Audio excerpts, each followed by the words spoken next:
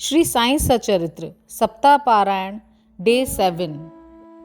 ओम श्री साईनाथाय नमः। ओम साई राम। श्री साईं सचरित्र अध्याय 43 और 44 महासमाधि की ओर भाग 2। पूर्व तैयारी समाधि मंदिर, ईंट का खंडन, 72 घंटे की समाधि, जोग का संन्यास, बाबा के अमृत तुल्य वचन।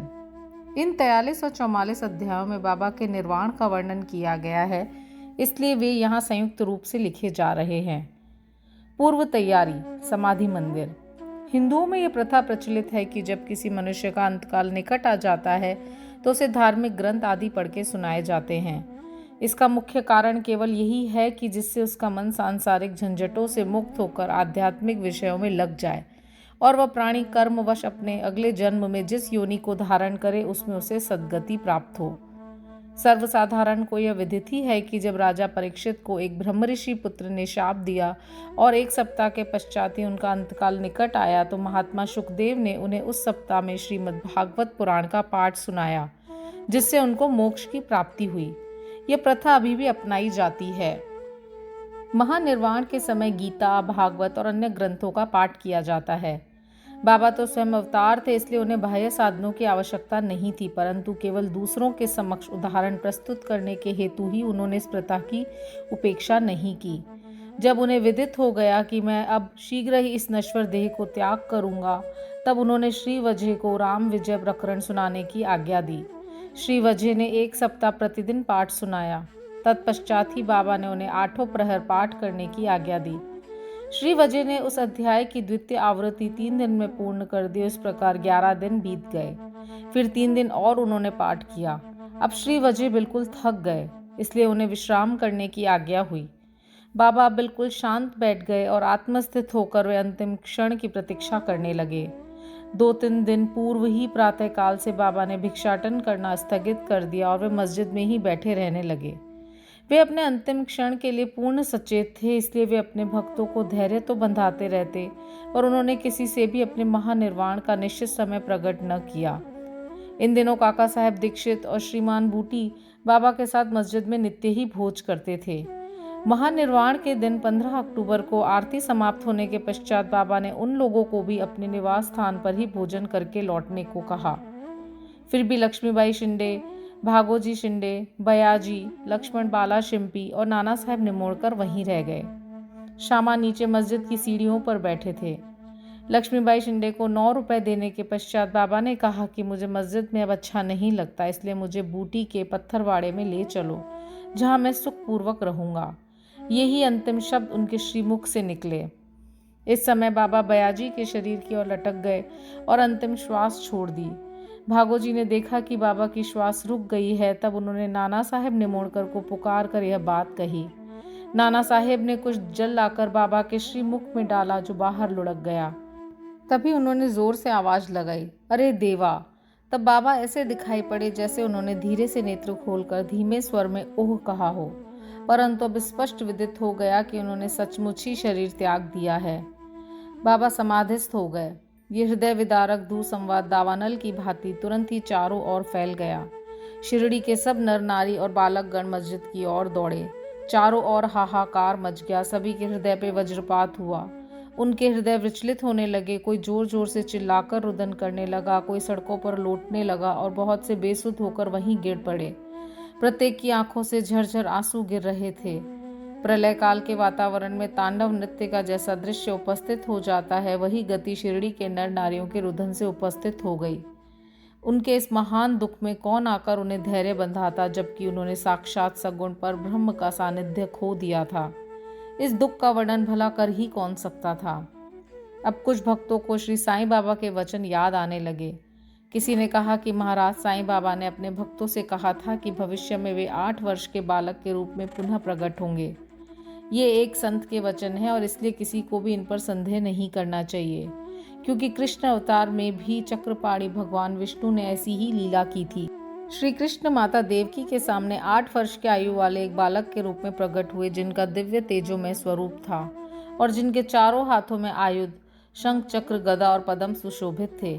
अपने उस अवतार में भगवान श्री कृष्ण ने भूभार हल्का किया था।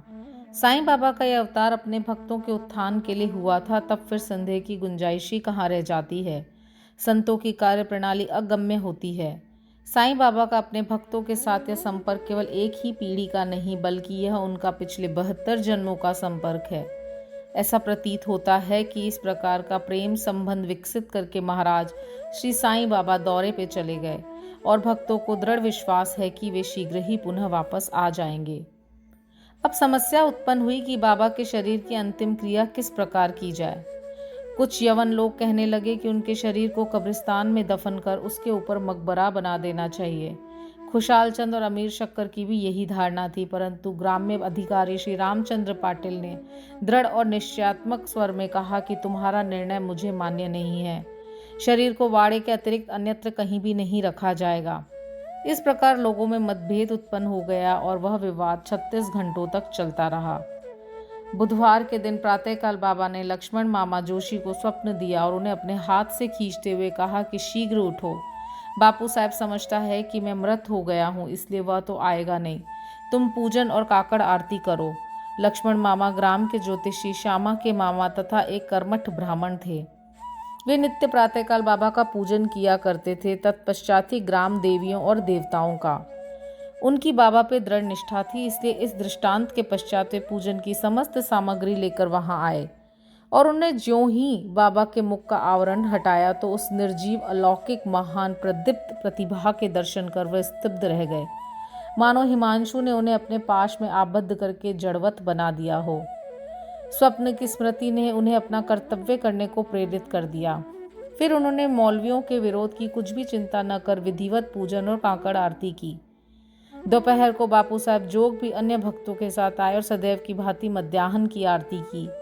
बाबा के अंतिम श्री वचनों को आदरपूर्वक स्वीकार करके लोगों ने उनके शरीर को बूटीवाड़े में ही रखने का निश्चय किया और वहां का मध्य भाग खोदना आरंभ कर दिया। मंगलवार की संध्या को राहता से सब इंस्पेक्टर और भिन्न भिन्न स्थानों से अनेक लोग वहां आकर एकत्र हुए।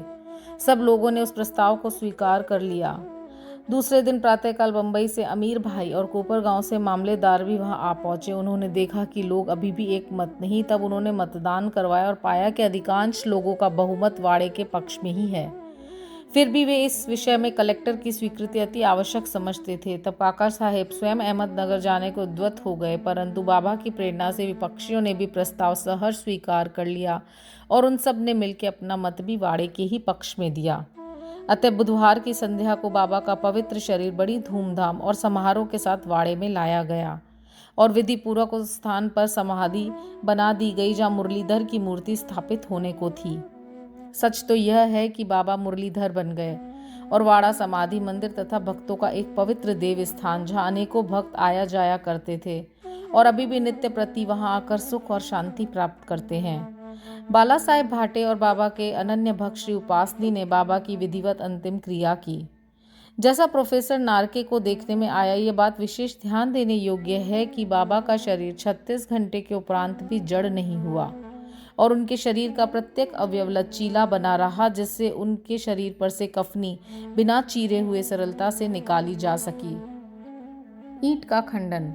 बाबा के निर्वाण के कुछ समय पूर्व एक अपशकुन हुआ जो इस घटना की पूर्व सूचना स्वरूप था। मस्जिद में एक पुरानी ईंट थी जिस पर बाबा अपना हाथ टेक कर रखते थे। रात्रि के समय बाबा उस पर अपना सिर रख के शयन करते थे। यह कार्यक्रम अनेक वर्षों तक चला। एक दिन बाबा की अनुपस्थिति में एक बालक ने मस्जिद में झाड़ू लगाते समय वह ईंट अपने हाथ में उठाई। दुर्भाग्यवश वह ईंट उसके हाथ से गिर पड़ी और उसके 2 टुकड़े हो गए। जब बाबा को इस बात की सूचना मिली तो उन्हें उसका बड़ा दुख हुआ और वे कहने लगे कि यह ईंट नहीं फूटी है, मेरा भाग्य ही फूटकर छिन्न भिन्न हो गया है। यह तो मेरी जीवन संगिनी थी और इसको अपने पास रखकर मैं आत्मचिंतन किया करता था। यह मुझे अपने प्राणों के समान प्रिय थी और उसने आज मेरा साथ छोड़ दिया है। कुछ लोग यहाँ शंका कर सकते हैं कि बाबा को ईंट जैसी एक तुच्छ वस्तु के लिए इतना शोक क्यों करना चाहिए। इसका उत्तर हेमाद पंडित इस प्रकार देते हैं कि संत जगत के उद्धार तथा दीन और अनाश्रितों के कल्याणार्थ ही अवतीर्ण होते हैं। जब वे नर देह धारण करते और जन संपर्क में आते हैं तो इसी प्रकार आचरण किया करते हैं, अर्थात बाह्य रूप से वे अन्य लोगों के समान ही हंसते खेलते और रोते हैं, परंतु आंतरिक रूप से वे अपने अवतार कार्य और उसके ध्येय के लिए सदैव सजग रहते हैं। 72 घंटे की समाधि। इसके 32 वर्ष पूर्व भी बाबा ने अपने जीवन रेखा पार करने का एक प्रयास किया था। 1886 में मार्गशीर्ष को पूर्णिमा के दिन बाबा को दमा से अधिक पीड़ा हुई और इस व्याधि से छुटकारा पाने के लिए उन्होंने अपने प्राण ब्रह्मांड में चढ़ाकर समाधि लगाने का विचार किया। अतः उन्होंने भगत महालसापति से कहा कि तुम मेरे शरीर की 3 दिन तक रक्षा करना, और यदि मैं वापस लौट आया तो ठीक है, नहीं तो उस एक स्थान को इंगित करते हुए पर मेरी समाधि बना देना और 2 ध्वजाएं चिन्ह स्वरूप फहरा देना। ऐसा कहकर बाबा रात में लगभग 10 बजे पृथ्वी पर लेट गए। उनका श्वासोच्छ्वास बंद हो गया और ऐसा दिखाई देने लगा जैसे उनके शरीर में प्राण ही ना हो। सभी लोग, जिनमें ग्रामवासी भी थे, वहां एकत्रित हुए और शरीर परीक्षण के पश्चात शरीर को उनके द्वारा बताए हुए स्थान पर समाधिस्थ कर देने का निश्चय करने लगे।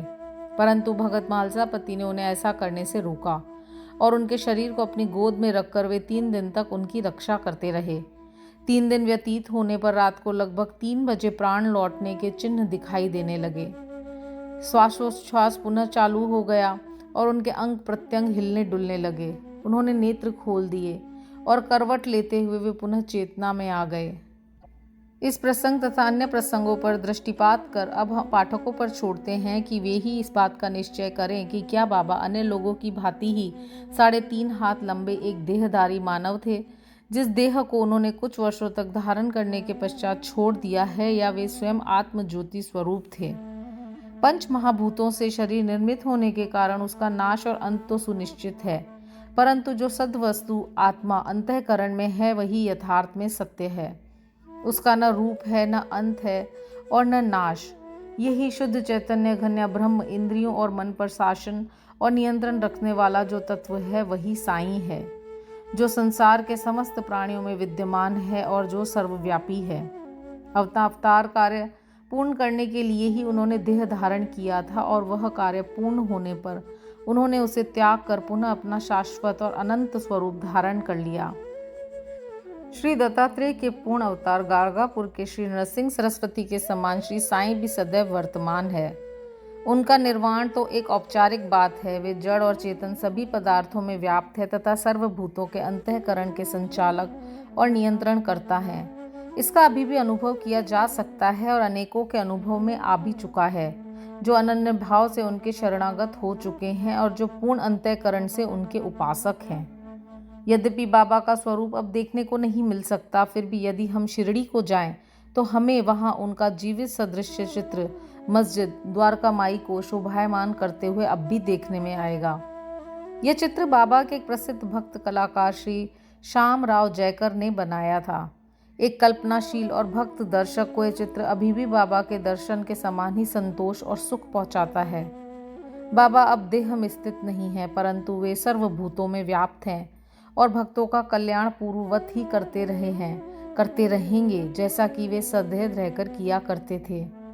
बाबा संतों के समान अमर हैं, चाहे वे नर देह धारण कर लें, जो कि एक आवरण मात्र है, परंतु वे तो स्वयं भगवान श्री हरि हैं, जो समय समय पर भूतल पर अवतीर्ण होते हैं। बापू साहेब जोग का संन्यास। जोग के संन्यास की चर्चा कर हेमाद पंडे अध्याय समाप्त करते हैं। श्री सखाराम हरि उर्फ बापू साहेब जोग पुणे के प्रसिद्ध वारकरी विष्णु बुआ जोग के काका थे। वे लोक कर्म विभाग PWD में पर्यवेक्षक सुपरवाइजर थे। सेवानिवृत्ति के पश्चात वे सपत्नीक शिरडी में आकर रहने लगे। उनके कोई संतान न थी। पति और पत्नी दोनों की ही साईं चरणों में श्रद्धा थी। वे दोनों अपने दिन उनकी पूजा और सेवा करने में ही व्यतीत किया करते थे। मेघा की मृत्यु के पश्चात बापू साहेब जोग ने बाबा की महासमाधि पर्यंत मस्जिद और चावड़ी में आरती की। उनको साठेवाड़े में श्री ज्ञानेश्वरी और श्री एकनाथी भागवत का वाचन तथा उनका भावार्थ श्रोताओं को समझाने का कार्य भी दिया गया था। इस प्रकार अनेक वर्षों तक सेवा करने के पश्चात उन्होंने एक बार बाबा से प्रार्थना की कि हे मेरे जीवन के एकमात्र आधार, आपके पूजनीय चरणों का दर्शन कर समस्त प्राणियों को परम शांति का अनुभव होता है। मैं इन श्री चरणों की अनेक वर्षों से निरंतर सेवा कर रहा हूँ, परंतु क्या कारण है कि आपके चरणों की छाया के सन्निकट होते हुए भी मैं उनकी शीतलता से वंचित हूँ। मेरे इस जीवन में कौन सा सुख है यदि मेरा चंचल मन शांत और स्थिर बनकर आपके श्री चरणों में मग्न नहीं होता? क्या इतने वर्षों का मेरा संत समागम व्यर्थ ही जाएगा? मेरे जीवन में वह शुभ घड़ी कब आएगी जब आपकी मुझ पर कृपा दृष्टि होगी? भक्त की प्रार्थना सुनकर बाबा को दया आ गई। उन्होंने उत्तर दिया कि थोड़े ही दिनों में अब तुम्हारे अशुभ कर्म समाप्त हो जाएंगे तथा पाप और पुण्य जलकर शीघ्र ही भस्म हो जाएंगे। मैं तुम्हें उस दिन ही भाग्यशाली समझूंगा जिस दिन तुम ऐन्द्रिक विषयों को तुच्छ जानकर समस्त पदार्थों से विरक्त होकर पूर्ण अनन्य भाव से ईश्वर भक्ति कर संन्यास धारण कर लोगे। कुछ समय के पश्चात बाबा के वचन सत्य सिद्ध हुए। उनकी स्त्री का देहांत हो जाने पर उनके अन्य कोई आसक्ति शेष न रही। वे अब स्वतंत्र हो गए और उन्होंने अपनी मृत्यु के पूर्व संन्यास धारण कर अपने जीवन का लक्ष्य प्राप्त कर लिया। बाबा के अमृत तुल्य वचन। दयानिधि कृपालु श्री साईं समर्थ ने मस्जिद द्वारकामाई में अनेक बार निम्नलिखित सुदोपम वचन कहे थे। जो मुझे अत्यधिक प्रेम करता है वह सदैव मेरा दर्शन पाता है। उसके लिए मेरे बिना सारा संसार ही सूना है। वह केवल मेरा ही लीला गान करता है। वह सतत मेरा ही ध्यान करता है और सदैव मेरा ही नाम जपता है। जो पूर्ण रूप से मेरी शरण में आ जाता है और सदा मेरा ही स्मरण करता है, अपने ऊपर उसका यह ऋण मैं उसे मुक्ति आत्मोपलब्धि प्रदान करके चुका दूंगा। जो मेरा ही चिंतन करता है और मेरा प्रेम ही जिसकी भूख और प्यास है और जो पहले मुझे अर्पित किए बिना कुछ भी नहीं खाता, मैं उसके अधीन हूँ। जो इस प्रकार मेरी शरण में आता है वह मुझसे मिलकर उसी तरह एकाकार हो जाता है जिस तरह नदियाँ समुद्र से मिलकर तदाकार हो जाती हैं। अतः महत्ता और अहंकार का सर्वथा परित्याग करके तुम्हें मेरे प्रति जो तुम्हारे हृदय में आसीन है पूर्ण रूप से समर्पित हो जाना चाहिए। यह मैं कौन है? श्री साईं बाबा ने अनेक बार समझाया कि यह मैं कौन है। इस मैं को ढूंढने के लिए अधिक दूर जाने की आवश्यकता नहीं है।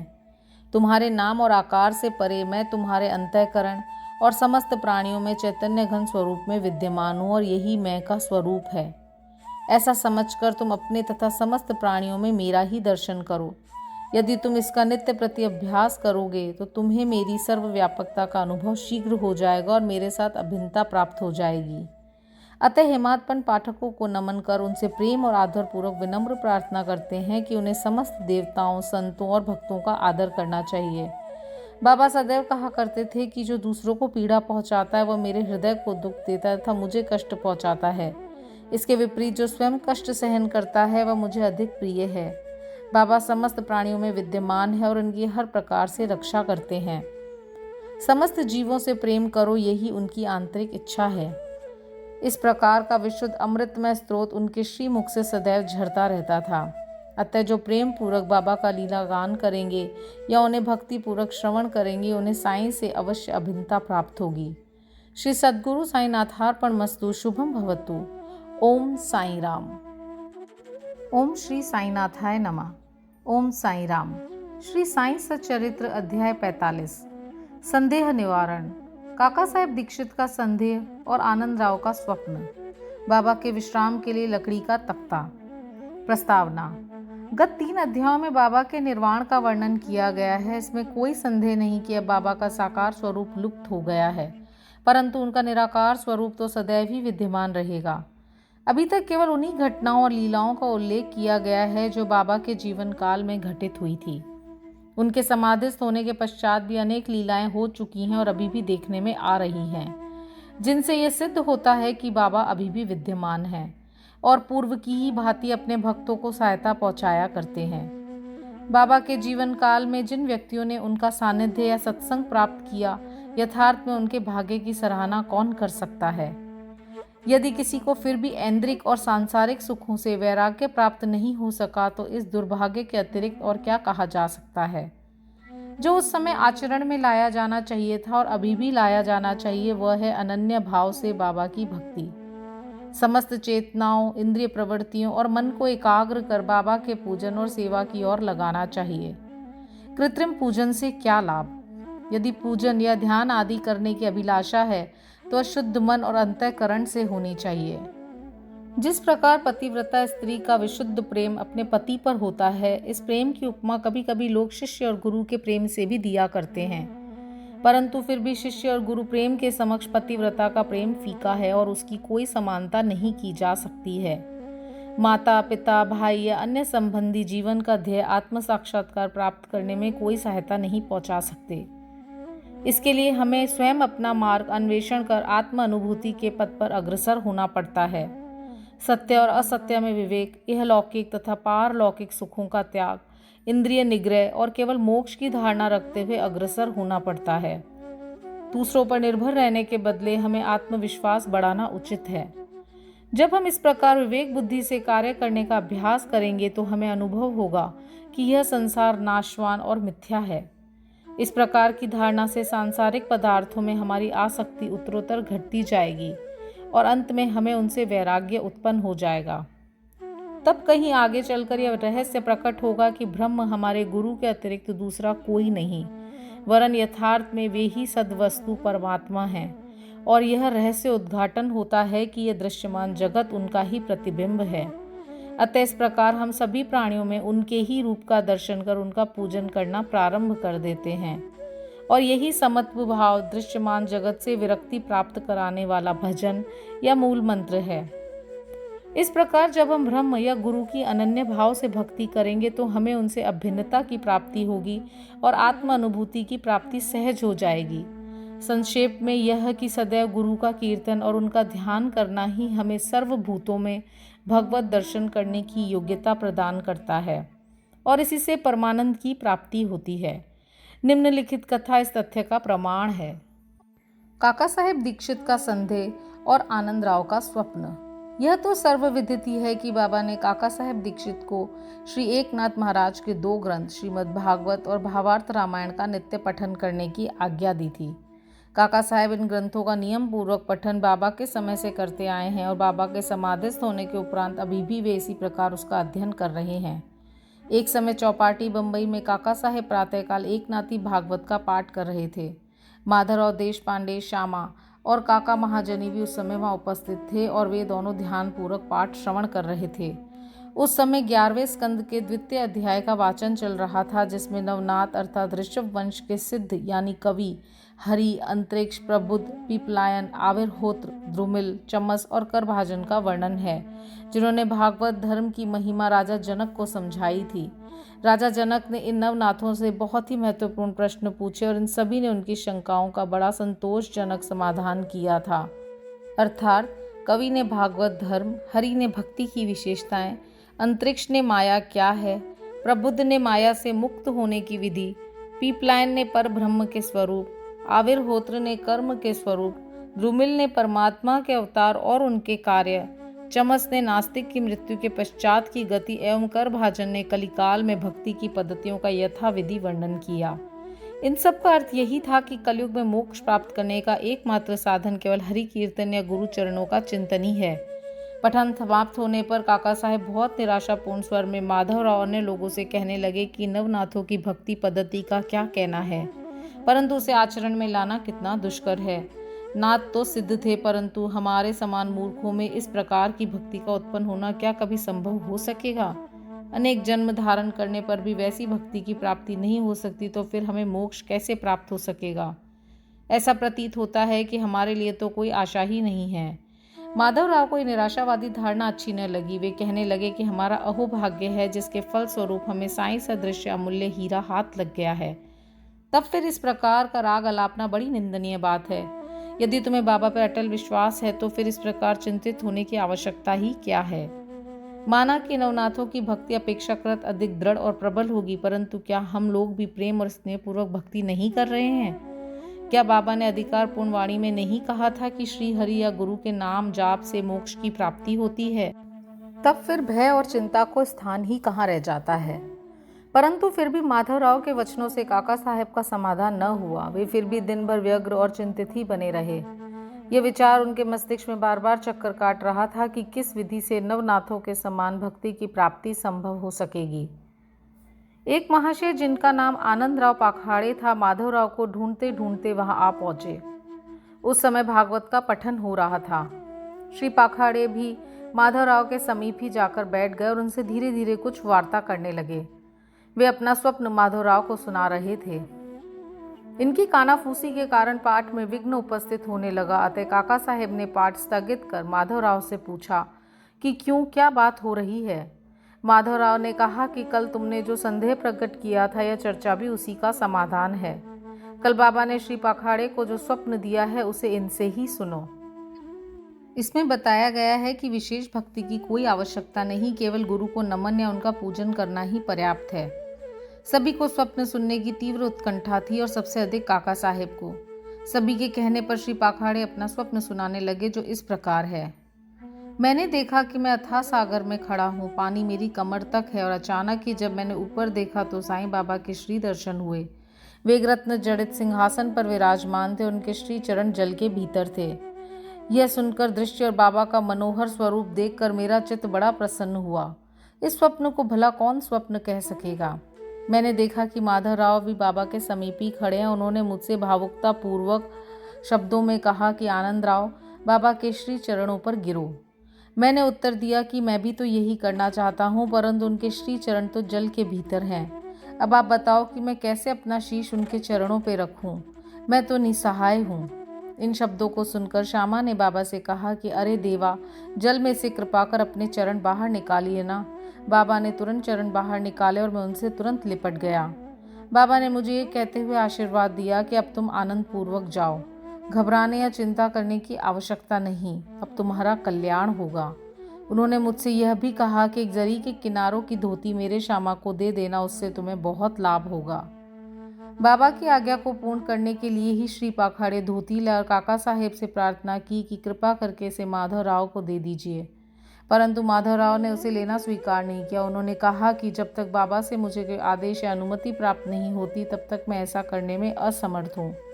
कुछ तर्क वितर्क के पश्चात काका ने देवी आदेश सूचक पर्चियां निकालकर इस बात का निर्णय करने का विचार किया।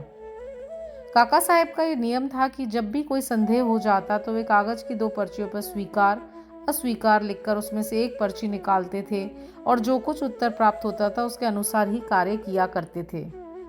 इसका भी निपटारा करने के लिए उन्होंने उपयुक्त विधि के अनुसार ही 2 पर्चियां लिखकर बाबा के चित्र के समक्ष रखकर एक अबोध बालक को उसमें से एक पर्ची उठाने को कहा। बालक द्वारा उठाई गई पर्ची जब खोल के देखी गई तो स्वीकार सूचक पर्ची ही निकली और तब माधवराव को धोती स्वीकार करनी पड़ी। इस प्रकार आनंदराव और माधवराव संतुष्ट हो गए और काका साहेब का भी संदेह दूर हो गया। इससे हमें यह शिक्षा मिलती है कि हमें अन्य संतों के वचनों का उचित आदर करना चाहिए, परंतु साथ ही साथ यह भी परम आवश्यक है कि हमें अपनी माँ अर्थात गुरु पर पूर्ण विश्वास रखकर उनके आदेशों का अक्षरशः पालन करना चाहिए, क्योंकि अन्य लोगों की अपेक्षा हमारे कल्याण की उन्हें अधिक चिंता है। बाबा के निम्नलिखित वचनों को हृदय पटल पर अंकित कर लो। इस विश्व में असंख्य संत हैं, परंतु अपना पिता गुरु ही सच्चा पिता सच्चा गुरु है। दूसरे चाहे कितने ही मधुर वचन क्यों न कहते हों, परंतु अपना गुरु उपदेश कभी नहीं भूलना चाहिए। संक्षेप में सार यही है कि शुद्ध हृदय से अपने गुरु से प्रेम कर उनकी शरण जाओ और उन्हें श्रद्धापूर्वक साष्टांग नमस्कार करो। तभी तुम देखोगे कि तुम्हारे सम्मुख भवसागर का अस्तित्व वैसा ही है जैसा सूर्य के समक्ष अंधेरे का।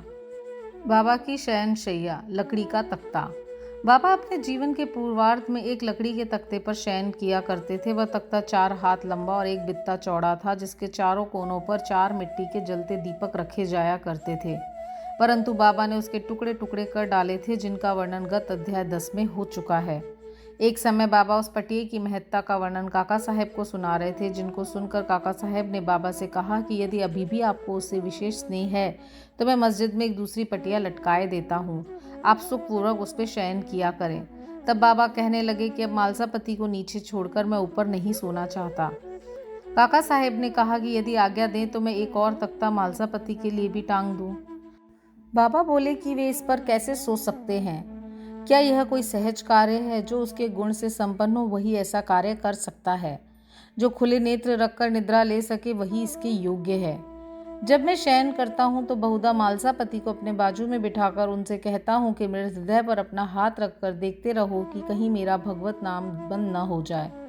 मुझे थोड़ा सा निद्रित देखो तो तुरंत जागृत कर दो, परंतु उससे तो भला ये भी नहीं हो सकता। वह तो स्वयं ही झपकी लेने लगता है और निद्रा मग्न होकर अपना सिर डुलाने लगता है, और जब मुझे भगत का हाथ पत्थर सा भारी प्रतीत होने लगता है तो मैं जोर से पुकार कर उठता हूँ, ओ भगत। तब कहीं वह घबराकर नेत्र खोलता है। जो पृथ्वी पर अच्छी तरह बैठ और सो नहीं सकता तथा जिसका आसन सिद्ध नहीं है और जो निद्रा का दास है, वह क्या तख्ते पर सो सकेगा? अन्य अनेक अवसरों पर वे भक्तों के स्नेहवश ऐसा कहा करते थे कि अपना अपने साथ और उसका उसके साथ। श्री सद्गुरु साईनाथार्पणमस्तु। शुभम भवतु। ओम साई राम। ओम श्री साईनाथाय नमः। ओम साई राम। श्री साई सच्चरित्र अध्याय 46। बाबा की गया यात्रा, बकरों के पूर्व जन्म की कथा। इस अध्याय में श्यामा की काशी, प्रयाग व गया की यात्रा और बाबा किस प्रकार वहां इनके पूर्व ही चित्र के रूप में पहुंच गए तथा 2 बकरों के गत जन्मों का इतिहास आदि का वर्णन किया गया है। प्रस्तावना। हे साईं, आपके श्री चरण धन्य हैं और उनका स्मरण कितना सुखदायी है।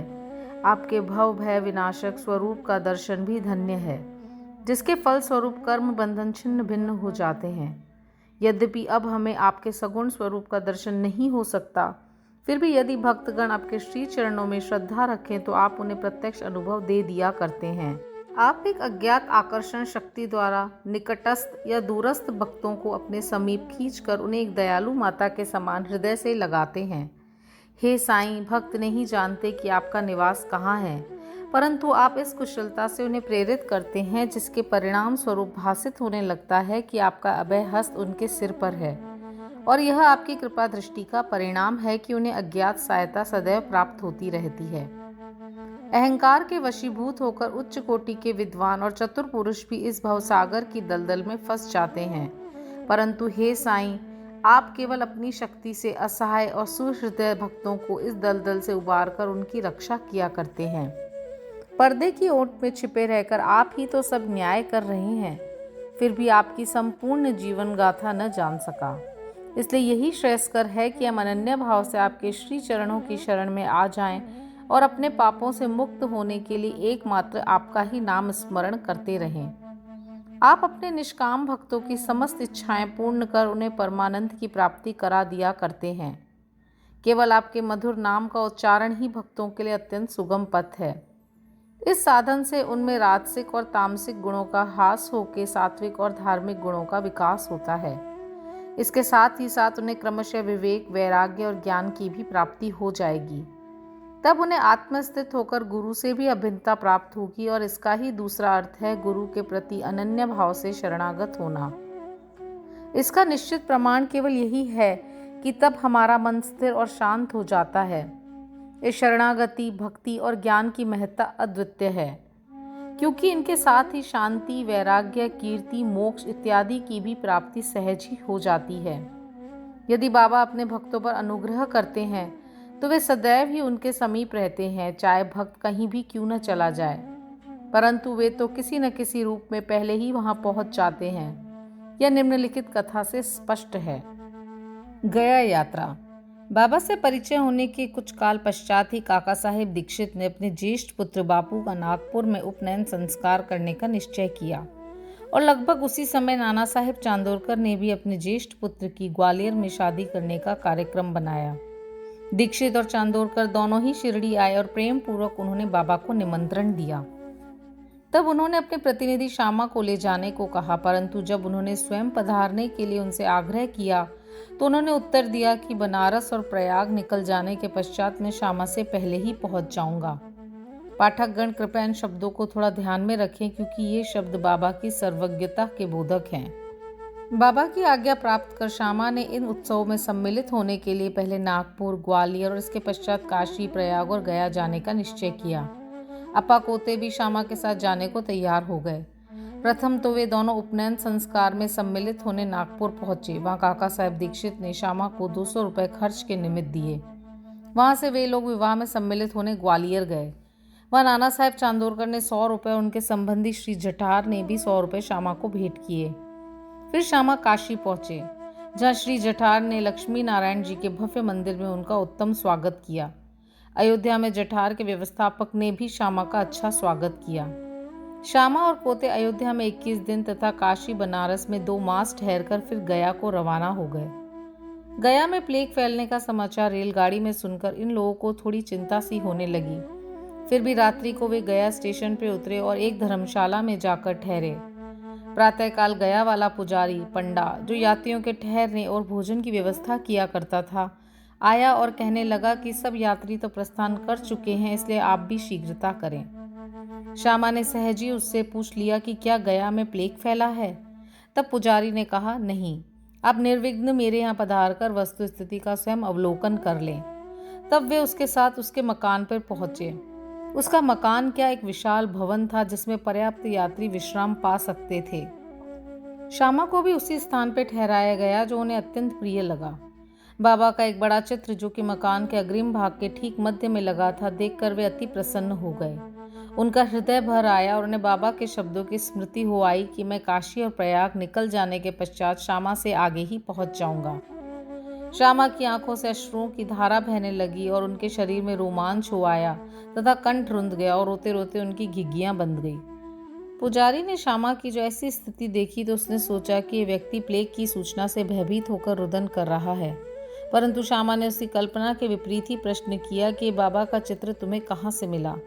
उसने उत्तर दिया कि मेरे 200-300 दलाल मनमाड़ और पुरतांबे क्षेत्र में कार्य करते हैं। वहाँ शिरडी के साईं महाराज की कीर्ति मुझे सुनाई पड़ी।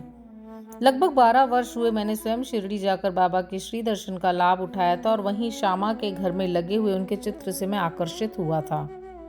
तभी बाबा की आज्ञा से श्यामा ने जो चित्र मुझे भेंट किया था यह वही चित्र है। श्यामा की पूर्व स्मृति जागृत हो आई और जब गया वाले पुजारी को यह ज्ञात हुआ कि ये वही श्यामा हैं जिन्होंने मुझे इस चित्र द्वारा अनुग्रहित किया था और आज मेरे अतिथि बन के ठहरे हैं, तो उनके आनंद की सीमा न रही। दोनों बड़े प्रेम पूर्वक मिलकर हर्षित हुए। फिर पुजारी ने श्यामा का बादशाही ढंग से भव्य स्वागत किया। वह एक धनाढ्य व्यक्ति था, स्वयं डोली में और श्यामा को हाथी पर बिठाकर खूब घुमाया तथा हर प्रकार से उनकी सुख सुविधा का ध्यान रखा।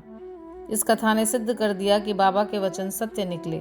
उनका अपने भक्तों पर कितना स्नेह था इसको तो छोड़ो, वे तो सब प्राणियों पे एक सा प्रेम किया करते थे और उन्हें अपना ही स्वरूप समझते थे। यह निम्नलिखित कथा से भी विदित हो जाएगा। 2 बकरे। एक बार जब बाबा लेंडी बाग से लौट रहे थे तो उन्होंने बकरों का एक झुंड आते देखा। उनमें से 2 बकरों ने उन्हें अपनी ओर आकर्षित कर लिया। बाबा ने जाकर प्रेम से उनका शरीर अपने हाथ से थपथपाया और उन्हें 32 रुपए में खरीद लिया। बाबा का यह विचित्र व्यवहार देखकर भक्तों को आश्चर्य हुआ और उन्होंने सोचा कि बाबा तो इस सौदे में ठगे गए हैं, क्योंकि एक बकरे का मूल्य उस समय 3-4 रुपए से अधिक न था और वह 2 बकरे अधिक से अधिक 8 रुपए में प्राप्त हो सकते थे। उन्होंने बाबा को कोसना प्रारंभ किया, परंतु बाबा शांत बैठे रहे। जब श्यामा और तात्या ने बकरे मोल लेने का कारण पूछा तो उन्होंने उत्तर दिया कि मेरे कोई घर या स्त्री तो है नहीं जिसके लिए मुझे पैसे इकट्ठे करके रखने हैं। फिर उन्होंने 4 सेर दाल बाजार से मंगाकर उन्हें खिलाई। जब उन्हें खिला पिला चुके तो उन्हें उनके मालिक को वापस लौटा दिया। तत्पश्चात उन्होंने उन बकरों के पूर्व जन्मों की कथा इस प्रकार सुनाई। श्यामा और तात्या, तुम सोचते हो कि मैं इस सौदे में ठगा गया हूँ, परंतु ऐसा नहीं है। इनकी कथा सुनो। गत जन्म में दोनों सगे भाई थे और पहले इनमें परस्पर बहुत प्रेम था, किंतु छोटा भाई बहुत परिश्रमी था, जिसने पर्याप्त धन उपार्जन कर लिया था, जिससे बड़ा भाई अपने छोटे भाई से ईर्ष्या किया करता था। इसलिए उसने छोटे भाई की हत्या करके उसका धन हड़पने की ठानी और अपना आत्मीय संबंध भूलकर वे एक दूसरे से बुरी तरह झगड़ने लगे। बड़े भाई ने अनेक प्रयत्न किए, परंतु छोटे भाई की हत्या में असफल रहा। तब वे एक दूसरे के प्राण घातक शत्रु बन गए। एक दिन बड़े भाई ने छोटे भाई के सिर पर लाठी से प्रहार किया। तब बदले में छोटे भाई ने भी बड़े भाई के सिर पर कुल्हाड़ी चलाई और परिणाम स्वरूप वहीं दोनों की मृत्यु हो गई। फिर अपने कर्मों के अनुसार ये दोनों बकरे की योनि को प्राप्त हुए। जैसे ही वे मेरे समीप से निकले तो मुझे उनके पूर्व इतिहास का स्मरण हो आया और मुझे दया आ गई। इसलिए मैंने उन्हें कुछ खिलाने पिलाने तथा सुख देने का विचार किया। यही कारण है कि मैंने इनके लिए पैसे खर्च किए जो तुम्हें महंगे प्रतीत हुए। तुम लोगों को ये लेन देन अच्छा नहीं लगा, इसलिए मैंने उन बकरों को गडरिये को वापस कर दिया। केवल मनुष्य ही नहीं, सभी प्राणियों के लिए बाबा के हृदय में अपार प्रेम था।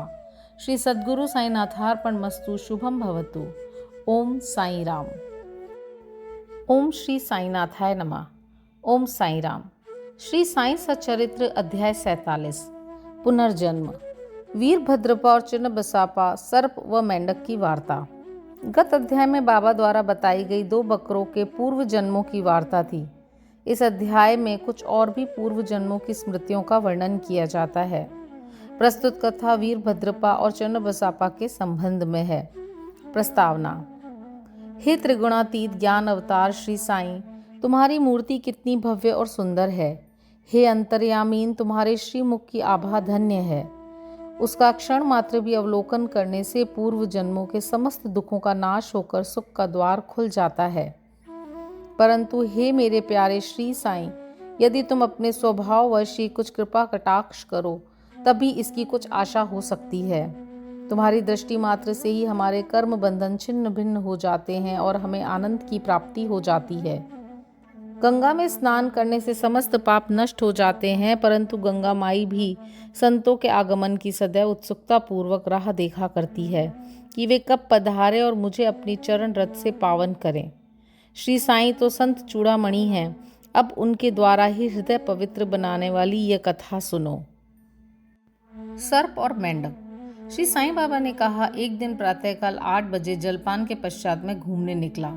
चलते चलते मैं एक छोटी सी नदी के किनारे पहुंचा। मैं अधिक थक चुका था, इस कारण वहां बैठकर कुछ विश्राम करने लगा।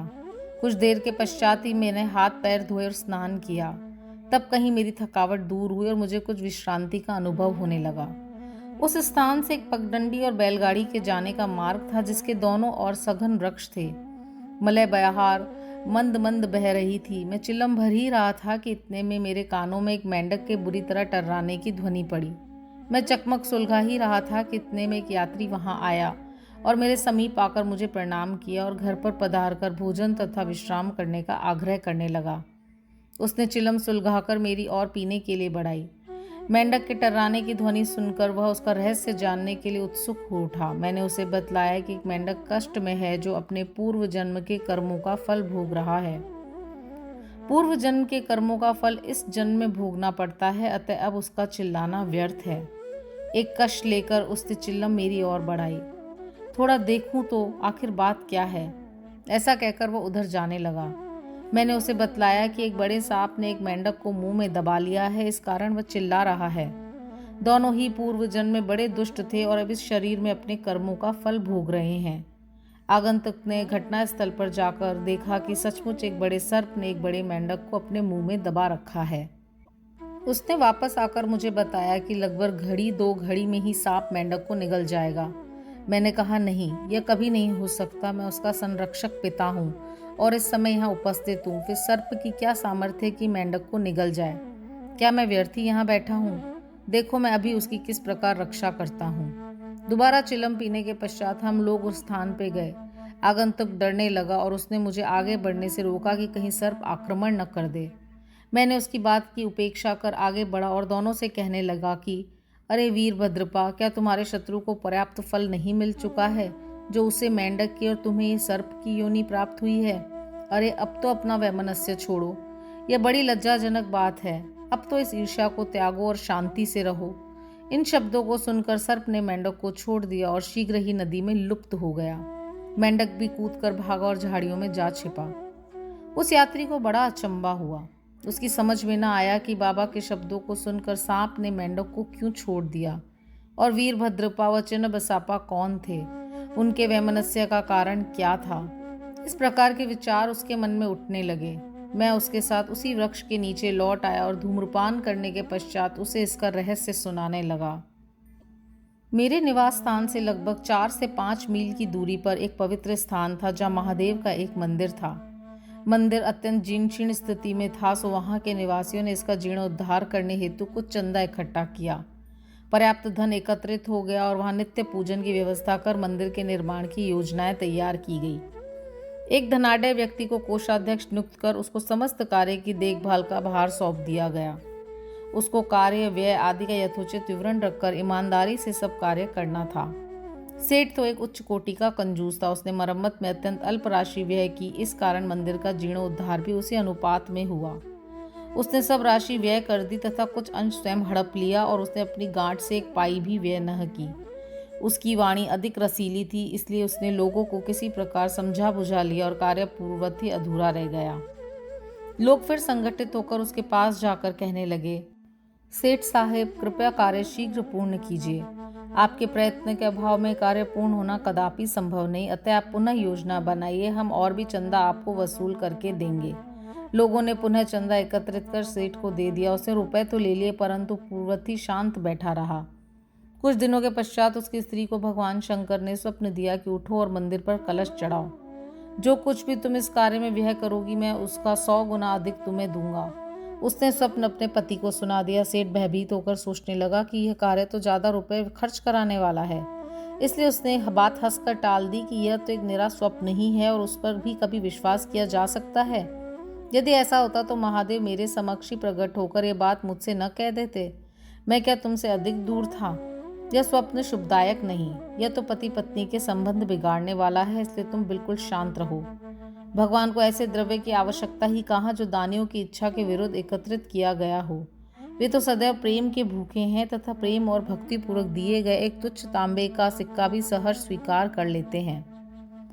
महादेव ने पुनः सेठानी को स्वप्न में कह दिया कि तुम अपने पति की व्यर्थ बातों और उसके पास संचित धन की ओर ध्यान न दो और न ही उससे मंदिर बनवाने के लिए आग्रह करो। मैं तो तुम्हारे प्रेम और भक्ति का ही भूखा हूँ। जो कुछ भी तुम्हारी व्यय करने की इच्छा हो सो अपने पास से करो। उसने अपने पति से विचार विनिमय करके अपने पिता से प्राप्त आभूषणों को विक्रय करने का निश्चय किया। तब कृपण सेठ अशांत हो उठा। इस बार उसने भगवान को भी धोखा देने की ठान ली। उसने कौड़ी मोल केवल 1000 रुपयों में अपनी पत्नी के समस्त आभूषण स्वयं खरीद डाले और एक बंजर भूमि का भाग मंदिर के निमित्त लगा दिया, जिसे उसकी पत्नी ने भी चुपचाप स्वीकार कर लिया। सेठ ने जो भूमि दी वह उसकी स्वयं की न थी, वरन एक निर्धन स्त्री दुबकी की थी, जो इसके यहाँ 200 रुपयों में गिरवी रख के गई थी। दीर्घ काल तक वह ऋण चुकाकर उसे वापस न ले सकी, इसलिए उस धूर्त कृपण ने अपनी स्त्री दुबकी और भगवान को धोखा दे दिया। भूमि पथरीली होने के कारण उसमें उत्तम ऋतु में भी कोई पैदावार न होती थी, इस कारण ये लेन देन समाप्त हुआ। भूमि उस मंदिर के पुजारी को दे दी गई, जो उसे पाकर बहुत प्रसन्न हुआ। कुछ समय के पश्चात एक विचित्र घटना हुई। एक दिन बहुत जोरों से झंझावात आया और अतिवृष्टि हुई। उस कृपण के घर पर बिजली गिरी और फलस्वरूप पति पत्नी दोनों की मृत्यु हो गई। दुबकी ने भी अंतिम श्वास छोड़ दी। अगले जन्म में वह कृपण मथुरा के एक ब्राह्मण कुल में उत्पन्न हुआ और उसका नाम वीरभद्रपा रखा गया। उसकी धर्मपत्नी उस मंदिर के पुजारी के घर कन्या होकर उत्पन्न हुई और उसका नाम गौरी रखा गया। दुबकी पुरुष बनकर मंदिर के गुरव सेवक वंश में पैदा हुई और उसका नाम चेन्नबसापा रखा गया। पुजारी मेरा मित्र था और बहुधा मेरे पास आता जाता, वार्तालाप करता और मेरे साथ चिल्लम पिया करता था। उसकी पुत्री गौरी भी मेरी भक्ति व दिनों दिन सयानी होती जा रही थी, जिससे उसका पिता भी उसके हाथ पीले करने की चिंता में रहता था। मैंने उससे कहा कि चिंता की कोई आवश्यकता नहीं, वर स्वयं तुम्हारे घर लड़की की खोज में आ जाएगा। कुछ दिनों के पश्चात ही उसी की जाति का वीरभद्रपा नामक एक युवक भिक्षा मांगते मांगते उसके घर पहुंचा। मेरी सम्मति से गौरी का विवाह उसके साथ संपन्न हो गया। पहले तो वह मेरा भक्त था, किंतु अब वह कृतघ्न बन गया। इस नूतन जन्म में भी उसकी धन तृष्णा नष्ट न हुई। उसने मुझसे कोई उद्योग धंधा सुझाने को कहा, क्योंकि इस समय वह वैवाहिक जीवन व्यतीत कर रहा था। तभी एक विचित्र घटना हुई। अचानक ही प्रत्येक वस्तुओं के भाव ऊंचे चढ़ गए। गौरी के भाग्य से जमीन की मांग अधिक होने लगी और समस्त भूमि 1 लाख रुपयों में आभूषणों के मूल्य से 100 गुना अधिक मूल्य में बिक गई। ऐसा निर्णय हुआ कि 50,000 रुपये नगद और 2,000 रुपये प्रतिवर्ष किश्त पर चुकता कर दिए जाएंगे। सब कोई लेन देन स्वीकार था, परंतु धन में हिस्से के कारण उनमें परस्पर विवाद होने लगा। वे परामर्श लेने मेरे पास आए और मैंने कहा कि यह भूमि तो भगवान की है, जो पुजारी को सौंप दी गई है। उसकी स्वामिनी गौरी ही है और 1 पैसा भी उसकी इच्छा के विरुद्ध खर्च करना उचित नहीं, तथा उसके पति का इस पर कोई अधिकार नहीं। मेरे निर्णय को सुनकर वीरभद्रपा मुझसे क्रोधित होकर कहने लगा कि तुम गौरी को फुसलाकर उसका धन हड़पना चाहते हो। इन शब्दों को सुनकर मैं भगवत नाम लेकर चुप बैठ गया। वीरभद्र ने अपनी स्त्री को पीटा भी। गौरी ने दोपहर के समय आकर मुझसे कहा कि आप उन लोगों के कहने का बुरा न माने, मैं तो आपकी लड़की हूँ, मुझ पर कृपा दृष्टि ही रखें। वह इस प्रकार मेरी शरण में आई तो मैंने उसे वचन दे दिया कि मैं 7 समुद्र पार भी तुम्हारी रक्षा करूंगा। तब उस रात्रि को गौरी को दृष्टांत हुआ। महादेव ने आकर कहा कि यह सब संपत्ति तुम्हारी ही है और इसमें से किसी को कुछ न दो। चेन्नबसापा की सलाह से कुछ राशि मंदिर के कार्य के लिए खर्च करो। यदि और किसी भी कार्य में तुम्हें खर्च करने की इच्छा हो तो मस्जिद में जाके बाबा स्वयं मैं के परामर्श से करो। गौरी ने अपना दृष्टांत मुझे सुनाया और मैंने इस विषय में उचित सलाह भी दी। मैंने उससे कहा कि मूलधन तो तुम स्वयं ले लो और ब्याज की आधी रकम चेन्नबसापा को दे दो। वीरभद्र का इसमें कोई संबंध नहीं। जब मैं बात कर ही रहा था, वीरभद्र और चेन्नबसापा दोनों ही वहां झगड़ते हुए आए। मैंने दोनों को शांत करने का प्रयत्न किया था। गौरी को हुआ महादेव का स्वप्न भी सुनाया। वीरभद्र क्रोध से उन्मत्त हो गया और चन्नबसापा को टुकड़े टुकड़े कर मार धारने की धमकी देने लगा। चन्नबसापा बड़ा डरपोक था। वह मेरे पैर पकड़कर रक्षा की प्रार्थना करने लगा। तब मैंने शत्रु से उसका छुटकारा करा दिया। कुछ समय के पश्चात ही दोनों की मृत्यु हो गई। वीरभद्र सर्प बना और चन्नबसापा मेंढक। चन्नबसापा की पुकार सुनकर और अपने पूर्व वचन की स्मृति करके यहाँ मैं आया और इस तरह से उसकी रक्षा कर मैंने अपने वचन पूर्ण किए। संकट के समय भगवान दौड़कर अपने भक्त के पास जाते हैं। उसने मुझे यहाँ भेजकर चन्नबसापा की रक्षा कराई। यह सब ईश्वरीय लीला ही है। शिक्षा। इस कथा की यही शिक्षा है कि जो जैसा बोता है वैसा ही काटता है। जब तक कि भोग पूर्ण नहीं होता, पिछला ऋण और अन्य लोगों के साथ लेन देन का व्यवहार जब तक पूर्ण नहीं होता, तब तक छुटकारा भी संभव नहीं है। धन तृष्णा मनुष्य का पतन कर देती है और अंत में इससे ही वह विनाश को प्राप्त होता है। श्री सद्गुरु साईनाथार्पणमस्तु। शुभम भवतु। ओम साई राम। ओम श्री साईनाथाय नमः। ओम साई राम। श्री साई सच्चरित्र अध्याय 48। सद्गुरु के लक्षण। श्री शेवड़े और श्री स पटड़ेकर व श्रीमती स पटड़ेकर संतति दान। अध्याय प्रारंभ करने से पूर्व किसी ने हेमादपंत से प्रश्न किया कि साईं बाबा गुरु थे या सद्गुरु। इसके उत्तर में हेमादपंत सद्गुरु के लक्षणों का निम्न प्रकार वर्णन करते हैं। सद्गुरु के लक्षण। जो वेद और वेदांत तथा छहों शास्त्रों की शिक्षा प्रदान करके ब्रह्म विषयक मधुर व्याख्यान देने में पारंगत हो तथा जो अपने श्वासोच्छ्वास क्रियाओं पर नियंत्रण कर सहज ही मुद्राएं लगाकर अपने शिष्यों को मंत्र उपदेश दे, निश्चित अवधि में यथोचित संख्या का जप करने का आदेश दे और केवल अपने वाक चातुर्य से ही उन्हें जीवन के अंतिम ध्येय का दर्शन कराता हो तथा स्वयं आत्म साक्षात्कार न हुआ हो, वह सद्गुरु नहीं। वरन जो अपने आचरणों से लौकिक व पारलौकिक सुखों से विरक्ति की भावना का निर्माण कर हमें आत्म अनुभूति का रसास्वादन करा दे तथा जो अपने शिष्यों को क्रियात्मक तथा प्रत्यक्ष ज्ञान आत्म अनुभूति करा दे, उसे ही सद्गुरु कहते हैं। जो स्वयं ही आत्म साक्षात्कार से वंचित है, वे भला अपने अनुयायियों को किस प्रकार अनुभूति करा सकते हैं। सद्गुरु स्वप्न में भी अपने शिष्य से कोई लाभ या सेवा शुश्रूषा की लालसा नहीं करते, वरन स्वयं उनकी सेवा करने को ही उद्यत रहते हैं। उन्हें यह कभी भी भान नहीं होता कि मैं कोई महान हूँ और मेरा शिष्य मुझसे तुच्छ है, अपितु उसे अपने ही सदृश या ब्रह्म स्वरूप समझा करते हैं। सद्गुरु की मुख्य विशेषता यही है कि उनके हृदय में सदैव परम शांति विद्यमान रहती है। वे कभी अस्थिर अशांत नहीं होते और न उन्हें अपने ज्ञान का ही लेश मात्र गर्व होता है। उनके लिए राजा, रंक, स्वर्ग, अपवर्ग सब एक ही समान हैं। हेमादपंत कहते हैं कि मुझे गत जन्मों के शुभ संस्कारों के परिणाम स्वरूप श्री साईं बाबा सदृश सद्गुरु के चरणों की प्राप्ति तथा उनकी कृपा पात्र बनने का सौभाग्य प्राप्त हुआ। वे अपने यौवन काल में चिल्लम के अतिरिक्त कुछ संग्रह न किया करते थे। न उनके बाल बच्चे तथा मित्र थे, न घर बार था और न उन्हें किसी प्रकार का आश्रय प्राप्त था। 18 वर्ष की अवस्था से ही उनका मनोनिग्रह बड़ा विलक्षण था। वे निर्भय होकर निर्जन स्थानों में विचरण करते तथा सदा आत्मलीन रहते थे। वे सदैव भक्तों की निस्वार्थ भक्ति देखकर ही उनकी इच्छानुसार आचरण किया करते थे। उनका कथन था, मैं सदा भक्त के पराधीन रहता हूँ। जब वे शरीर में थे उस समय भक्तों ने जो अनुभव किए, उनके समाधिस्थ होने के पश्चात आज भी जो उनके शरणागत हो चुके हैं, उन्हें उसी प्रकार के अनुभव होते रहते हैं।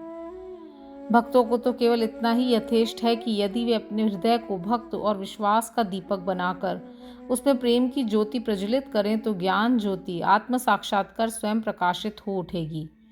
प्रेम के अभाव में शुष्क ज्ञान व्यर्थ है। ऐसा ज्ञान किसी को भी लाभप्रद नहीं हो सकता। प्रेम भाव में संतोष नहीं होता, इसलिए हमारा प्रेम असीम और अटूट होना चाहिए। प्रेम की कीर्ति का गुणगान कौन कर सकता है, जिसकी तुलना में समस्त वस्तुएं तुच्छ जान पड़ती हैं। प्रेम रहित पठन पाठन सब निष्फल है। प्रेम अंकुर के उदय होते ही भक्ति, वैराग्य, शांति और कल्याण रूपी संपत्ति सहज ही प्राप्त हो जाती है। जब तक किसी वस्तु के लिए प्रेम उत्पन्न नहीं होता, तब तक उसे प्राप्त करने की भावना ही उत्पन्न नहीं होती। इसलिए जहाँ व्याकुलता और प्रेम है, वहाँ भगवान स्वयं प्रकट हो जाते हैं। भाव में ही प्रेम अंतर्निहित है और वही मोक्ष का कारणीभूत है। यदि कोई व्यक्ति कलुषित भाव से भी किसी सच्चे संत के चरण पकड़ ले तो ये निश्चित है कि वह अवश्य तर जाएगा। ऐसी ही कथा नीचे दर्शाई गई है। श्री शेवड़े अकलकोट सोलापुर जिला के श्री स पटड़ेकर वकालत का अध्ययन कर रहे थे। एक दिन उनकी अपने सहपाठी श्री शेवड़े से भेंट हुई। अन्य और भी विद्यार्थी वहां एकत्रित हुए और सबने अपनी अपनी अध्ययन संबंधी योग्यता का परस्पर परीक्षण किया। प्रश्नोत्तरों से विदित हो गया कि सबसे कम अध्ययन श्री शेवड़े का है और वे परीक्षा में बैठने के अयोग्य हैं। जब सब मित्रों ने मिलकर उनका उपहास किया तब शेवड़े ने कहा कि यद्यपि मेरा अध्ययन अपूर्ण है तो भी मैं परीक्षा में अवश्य उत्तीर्ण हो जाऊंगा। मेरे साईं बाबा ही सबको सफलता देने वाले हैं। श्री स पटड़ेकर को यह सुनकर आश्चर्य हुआ और उन्होंने श्री शेवड़े से पूछा कि ये साईं बाबा कौन हैं जिनका तुम इतना गुणगान कर रहे हो। उन्होंने उत्तर दिया कि वे एक फकीर हैं जो शिरडी अहमदनगर की एक मस्जिद में निवास करते हैं। वे महान सत्पुरुष हैं। ऐसे अन्य संत भी हो सकते हैं परंतु वे उनसे अद्वितीय हैं। जब तक पूर्व जन्म के शुभ संस्कार संचित न हो तब तक उनसे भेंट होना दुर्लभ है। मेरी तो उन पर पूर्ण श्रद्धा है। उनके श्रीमुख से निकले वचन कभी असत्य नहीं होते। उन्होंने ही मुझे विश्वास दिलाया है कि मैं अगले वर्ष परीक्षा में अवश्य उत्तीर्ण हो जाऊंगा। मेरा भी अटल विश्वास है कि मैं उनकी कृपा से परीक्षा में अवश्य ही सफलता पाऊंगा। श्री स पटड़ेकर को अपने मित्र के ऐसे विश्वास पर हंसी आ गई और साथ ही साथ श्री साईं बाबा का भी उन्होंने उपहास किया। भविष्य में जब शेवड़े दोनों परीक्षाओं में उत्तीर्ण हो गए तब स पटड़ेकर को यह जानकर बड़ा आश्चर्य हुआ। श्री स पटड़ेकर परीक्षा में उत्तीर्ण होने के पश्चात अकलकोट में रहने लगे और वहीं उन्होंने अपनी वकालत प्रारंभ कर दी। 10 वर्षों के पश्चात सन 1913 में उनके इकलौते पुत्र की गले की बीमारी से मृत्यु हो गई, जिससे उनका हृदय विचलित हो उठा। मानसिक शांति प्राप्त करने हेतु उन्होंने पंढरपुर, गाणगापुर और अन्य तीर्थ स्थानों की यात्रा की, परंतु उनकी अशांति पूर्ववत ही बनी रही। उन्होंने वेदांत का भी श्रवण किया परंतु सब व्यर्थ ही सिद्ध हुआ। अचानक उन्हें शेवड़े के वचनों तथा श्री साईं बाबा के प्रति उनके विश्वास की स्मृति हो आई और उन्होंने विचार किया कि मुझे भी शिरडी जाके बाबा के दर्शन करने चाहिए। वे अपने छोटे भाई पंडित राव के साथ शिरडी आए। बाबा के दर्शन कर उन्हें बड़ी प्रसन्नता हुई। जब उन्होंने समीप जाकर नमस्कार करके शुद्ध भावना से श्रीफल भेंट किया तो बाबा तुरंत क्रोधित हो उठे और बोले कि यहाँ से निकल जाओ। सब पटड़ेकर का सिर झुक गया और वे कुछ हटकर पीछे बैठ गए। वे जानना चाहते थे कि किस प्रकार उनके समक्ष उपस्थित होना चाहिए। किसी ने उन्हें बाला शिंपी का नाम सुझा दिया। सब पटड़ेकर उनके पास गए और उनसे सहायता करने की प्रार्थना करने लगे। तब वे दोनों बाबा का एक चित्र मोल लेकर मस्जिद को आए। बाला शिंपी ने अपने हाथ में चित्र लेकर बाबा के हाथ में दे दिया और पूछा कि यह किसका चित्र है। बाबा ने सब पटड़ेकर की और संकेत कर कहा कि यह तो मेरे यार का है। यह कहकर वे हंसने लगे और साथ ही सब भक्त मंडली भी हंसने लगी। बाला शिंपी के इशारे पर जब सब पटड़ेकर उन्हें प्रणाम करने लगे तो वे पुनः चिल्ला पड़े कि बाहर निकलो। सब पटड़ेकर की समझ में नहीं आता था कि वे अब क्या करें। तब वे दोनों हाथ जोड़कर प्रार्थना करते हुए बाबा के सामने बैठ गए, परंतु बाबा ने उन्हें तुरंत ही बाहर निकलने की आज्ञा दे दी। वे दोनों बहुत ही निराश हुए। उनकी आज्ञा कौन टाल सकता था। आखिर सब पटड़ेकर खिन्न हृदय शिरडी से वापस चले गए। उन्होंने मन ही मन प्रार्थना की कि हे साईं, मैं आपसे दया की भीख मांगता हूँ। कम से कम इतना ही आश्वासन दे दीजिए कि मुझे भविष्य में कभी न कभी आपके श्री दर्शनों की अनुमति मिल जाएगी। श्रीमती स पटड़ेकर। 1 वर्ष बीत गया, फिर भी उनके मन में शांति न आई। वे गाणगापुर गए, जहां उनके मन में और अधिक अशांति बढ़ गई। अतः वे माड़ेगांव विश्राम के लिए पहुंचे और वहां से ही काशी जाने का निश्चय किया। प्रस्थान करने के 2 दिन पूर्व उनकी पत्नी को स्वप्न हुआ कि वह स्वप्न में एक गागर ले लक्कड़ शाह के कुएं पर जल भरने जा रही है। वहां नीम के नीचे एक फकीर बैठा है, सिर पर एक कपड़ा बंधा हुआ है। फकीर उसके पास आकर कहने लगा कि मेरी प्रिय बच्ची, तुम क्यों व्यर्थ कष्ट उठा रही हो। मैं तुम्हारी गागर निर्मल जल से भर देता हूँ। तब फकीर के भय से वह खाली गागर लेकर ही लौट आई। फकीर भी उसके पीछे पीछे चला आया। इतने में ही घबराहट में उसकी निद्रा भंग हो गई और उसने आंखें खोल दी। यह स्वप्न उसने अपने पति को सुनाया। उन्होंने इसे एक शुभ शकुन माना और दोनों शिरडी को रवाना हो गए। जब वे मस्जिद पहुंचे तो बाबा वहां उपस्थित न थे, वह लेंडी बाग गए हुए थे। उनके लौटने की प्रतीक्षा में वे वहीं बैठे रहे। जब बाबा लौटे तो उन्हें देखकर उनकी पत्नी को बड़ा आश्चर्य हुआ, क्योंकि स्वप्न में जिस फकीर के उसने दर्शन किए थे उसकी आकृति बाबा से बिल्कुल मिलती जुलती थी। उसने अति आदर सहित बाबा को प्रणाम किया और वहीं बैठे बैठे उन्हें निहारने लगी। उसका विनम्र स्वभाव देखकर बाबा अत्यंत प्रसन्न हो गए। अपनी पद्धति के अनुसार वे एक तीसरे व्यक्ति को अपने अनोखे ढंग से एक कहानी सुनाने लगे। मेरे हाथ, उधर शरीर तथा कमर में बहुत दिनों से दर्द हुआ करता था। मैंने अनेक उपचार किए परंतु मुझे कोई लाभ न हुआ। मैं औषधियों से ऊब उठा क्योंकि मुझे उनसे कोई लाभ न हो रहा था, परंतु अब मुझे बड़ा अचंभा हो रहा है कि मेरी समस्त पीड़ाएं एकदम ही जाती रहीं। यद्यपि किसी का नाम नहीं लिया गया था, परंतु यह चर्चा स्वयं श्रीमती स पटड़ेकर की थी। उनकी पीड़ा, जैसा बाबा ने अभी कहा, सर्वथा मिट गई और वे अत्यंत प्रसन्न हो गईं। संतति दान। तब श्री स पटड़ेकर दर्शनों के लिए आगे बढ़े, परंतु उनका पूर्वोक्त वचनों से ही स्वागत हुआ कि बाहर निकल जाओ। इस बार वे बहुत धैर्य और नम्रता धारण करके आए थे। उन्होंने कहा कि पिछले कर्मों के कारण ही बाबा मुझसे अप्रसन्न हैं और उन्होंने अपना चरित्र सुधारने का निश्चय कर लिया और बाबा से एकांत में भेंट करके उनसे पिछले कर्मों की क्षमा मांगने का निश्चय किया। उन्होंने वैसा ही किया भी, और अब जब उन्होंने अपना मस्तक उनके श्री चरणों पर रखा तो बाबा ने उन्हें आशीर्वाद दिया। अब स पटड़ेकर उनके चरण दबाते हुए बैठे ही थे कि इतने में एक गडेरिन आई और बाबा की कमर दबाने लगी। तब वे सदैव की भांति एक बनिए की कहानी सुनाने लगे। जब उन्होंने उसके जीवन के अनेकों परिवर्तन तथा इसके इकलौते पुत्र की मृत्यु का हाल सुनाया तो स पटड़ेकर को अत्यंत आश्चर्य हुआ कि जो कथा वे सुना रहे हैं वह तो मेरी ही है। उन्हें बड़ा अचंभा हुआ कि उनको मेरे जीवन की प्रत्येक बात का पता कैसे चल गया। अब उन्हें विदित हो गया कि बाबा अंतर्यामी हैं और सबके हृदय का पूरा पूरा रहस्य जानते हैं। ये विचार उनके मन में आया ही था कि गडेरिन से वार्तालाप चालू रखते हुए बाबा स पटड़ेकर की ओर संकेत कर कहने लगे कि यह भला आदमी मुझ पर दोषारोपण करता है कि मैंने इसके पुत्र को मार डाला है। क्या मैं लोगों के बच्चों के प्राणहरण करता हूँ?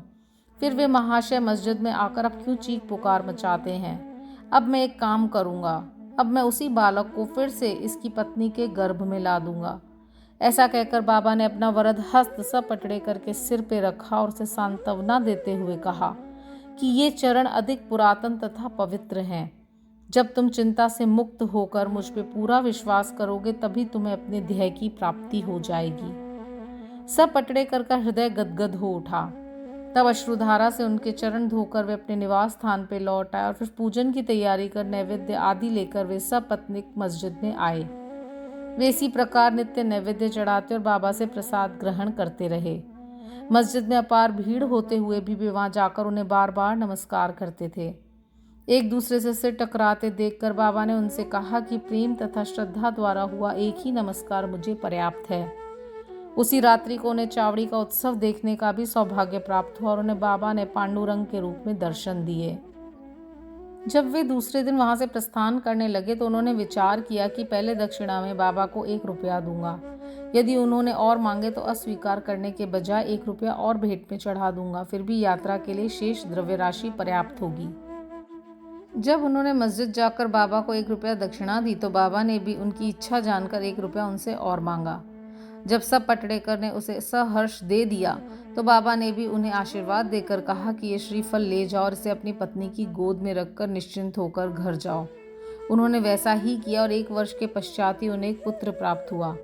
8 मास का शिशु लेकर वह दंपति फिर शिरडी को आए और बाबा के चरणों पर बालक को रखकर फिर इस प्रकार प्रार्थना करने लगे कि हे श्री साईनाथ, आपके ऋण हम किस प्रकार चुका सकेंगे। आपके श्री चरणों में हमारा बार बार प्रणाम है। हम दीनों पर आप सदैव कृपा करते रहिएगा, क्योंकि हमारे मन में ही सोते जागते हर समय न जाने क्या क्या संकल्प विकल्प उठा करते हैं। आपके भजन में ही हमारा मन मग्न हो जाए ऐसा आशीर्वाद दीजिए। उस पुत्र का नाम मुरलीधर रखा गया। बाद में उनके 2 पुत्र भास्कर और दिनकर और उत्पन्न हुए। इस प्रकार सब पटड़ेकर दंपति को अनुभव हो गया कि बाबा के वचन कभी असत्य और अपूर्ण नहीं निकले। श्री सद्गुरु साईनाथार्पणमस्तु। शुभम भवतु। ओम साई राम। ओम श्री साईनाथाय नमः। ओम साई राम। श्री साई सचरित्र अध्याय गुण 50। परीक्षा। हरि कानोबा, सोमदेव स्वामी, नाना साहेब चांदोरकर की कथाएं। प्रस्तावना। जब वेद और पुराण ही ब्रह्म या सद्गुरु का वर्णन करने में अपनी असमर्थता प्रकट करते हैं, तब मैं एक अल्पज्ञ प्राणी अपने सद्गुरु श्री साईं बाबा का वर्णन कैसे कर सकता हूँ। मेरा स्वयं का तो यह मत है कि इस विषय में मौन धारण करना ही अति उत्तम है। सच पूछा जाए तो मूक रहना ही सद्गुरु की विमल पताका रूपी विरुदावली का उत्तम प्रकार से वर्णन करना है, परंतु उनमें जो उत्तम गुण है वे हमें मूक कहाँ रहने देते हैं। यदि स्वादिष्ट भोजन बने और मित्र तथा संबंधी आदि साथ बैठकर न खाएं तो नीरस सा प्रतीत होता है, और जब वही भोजन सब एक साथ बैठ के खाते हैं तब उसमें एक विशेष प्रकार की सुस्वादुता आ जाती है। वैसी ही स्थिति साईं लीला अमृत के संबंध में भी है। इसका एकांत में रसास्वादन कभी नहीं हो सकता। यदि मित्र और पारिवारिक जन सभी मिलकर इसका रस लें तो और अधिक आनंद आ जाता है। श्री साईं बाबा स्वयं ही अंत्य प्रेरणा कर अपनी इच्छानुसार ही इन कथाओं को मुझसे वर्णित करवा रहे हैं। इसलिए हमारा तो केवल इतना ही कर्तव्य है कि अनन्य भाव से उनके शरणागत होकर उनका ही ध्यान करें। तप, साधन, तीर्थ यात्रा, व्रत एवं यज्ञ, दान से हरिभक्त श्रेष्ठ है और सद्गुरु का ध्यान इन सब में परम श्रेष्ठ है। इसलिए सदैव मुख से साईं नाम का स्मरण कर उनके उपदेशों का निध्यासन एवं स्वरूप का चिंतन कर हृदय में उनके प्रति सत्य और प्रेम के भाव से समस्त चेष्टाएं उनके ही निमित्त करनी चाहिए। भवबंधन से मुक्त होने का इससे उत्तम साधन और कोई नहीं। यदि उपर्युक्त विधि से कर्म करते जाओ तो साईं को विवश होकर हमारी सहायता कर हमें मुक्ति प्रदान करनी ही पड़ेगी। अब इस अध्याय की कथा श्रवण करें। हरि कानोबा। बंबई के हरि कानोबा नामक एक महानुभाव ने अपने कई मित्रों और संबंधियों से साईं बाबा की अनेक लीलाएं सुनी थी, परंतु उन्हें विश्वास ही न होता था क्योंकि वे संशयालु प्रकृति के व्यक्ति थे। अविश्वास उनके हृदय पटल पर अपना आसन जमाए हुए था। वे स्वयं बाबा की परीक्षा करने का निश्चय करके अपने कुछ मित्रों सहित बंबई से शिरडी आए। उन्होंने सिर पर एक जरी की पगड़ी और पैरों में नए सैंडल पहन रखे थे। उन्होंने बाबा को दूर से ही देखकर उनके पास जाकर उन्हें प्रणाम तो करना चाहा, परंतु उनके नए सैंडल इस कार्य में बाधक बन गए। उनकी समझ में ही नहीं आ रहा था कि अब क्या किया जाए। तब उन्होंने अपने सैंडल मंडप के एक सुरक्षित कोने में रखे और मस्जिद में जाकर बाबा के दर्शन किए। उनका ध्यान सैंडलों पर ही लगा रहा। उन्होंने बड़ी नम्रतापूर्वक बाबा को प्रणाम किया, उनसे प्रसाद और उदी प्राप्त कर लौट आए। पर जब उन्होंने कोने में दृष्टि डाली तो देखा कि सैंडल तो अंतर्धान हो चुके हैं। पर्याप्त छानबीन भी व्यर्थ हुई और अंत में निराश होकर वे अपने स्थान पर वापस लौट आए। स्नान, पूजन और नैवेद्य आदि अर्पित करके वे भोजन करने तो बैठे, परंतु वे पूरे समय तक उन सैंडलों के चिंतन में ही निमग्न रहे। भोजन कर मुंह हाथ धोकर जब वे बाहर आए तो उन्होंने एक मराठा बालक को अपनी ओर आते देखा, जिसके हाथ धोने के लिए बाहर आने वाले लोगों से कहा कि बाबा ने मुझे ये डंडा हाथ में देकर रास्तों पे घूम घूम कर हरि का बेटा जरी का फेटा की पुकार लगाने को कहा है, तथा जो कोई कहे कि सैंडल हमारे हैं उससे पहले ये पूछना कि क्या उसका नाम हरि और उसके पिता का नाम क अर्थात कानोबा है। साथ ही यह भी देखना कि वह जरीदार साफा पहने हुए है या नहीं, तब इन्हें उसे दे देना। बालक का कथन सुनकर हरि कानोबा को बेहद आश्चर्य व आनंद हुआ। उन्होंने आगे बढ़कर बालक से कहा कि ये हमारे ही सैंडल हैं, मेरा ही नाम हरि और मैं ही क कानोबा का पुत्र हूँ। ये मेरा जरी का साफा देखो। बालक संतुष्ट हो गया और सैंडल उन्हें दे दी। उन्होंने सोचा कि मेरे जरीदार पगड़ी तो सबको दिख रही है, हो सकता है बाबा की भी दृष्टि में आ गई हो, परंतु यह मेरी शिरडी यात्रा का प्रथम अवसर है। फिर बाबा को यह कैसे विदित हो गया कि मेरा ही नाम हरि और मेरे पिता का कानोबा? वह तो केवल परीक्षार्थ ही वहां आया था। उसे इस घटना से बाबा की महानता विदित हो गई और उसकी इच्छा पूर्ण हो गई और वह सहर्ष घर लौट आया। सोमदेव स्वामी।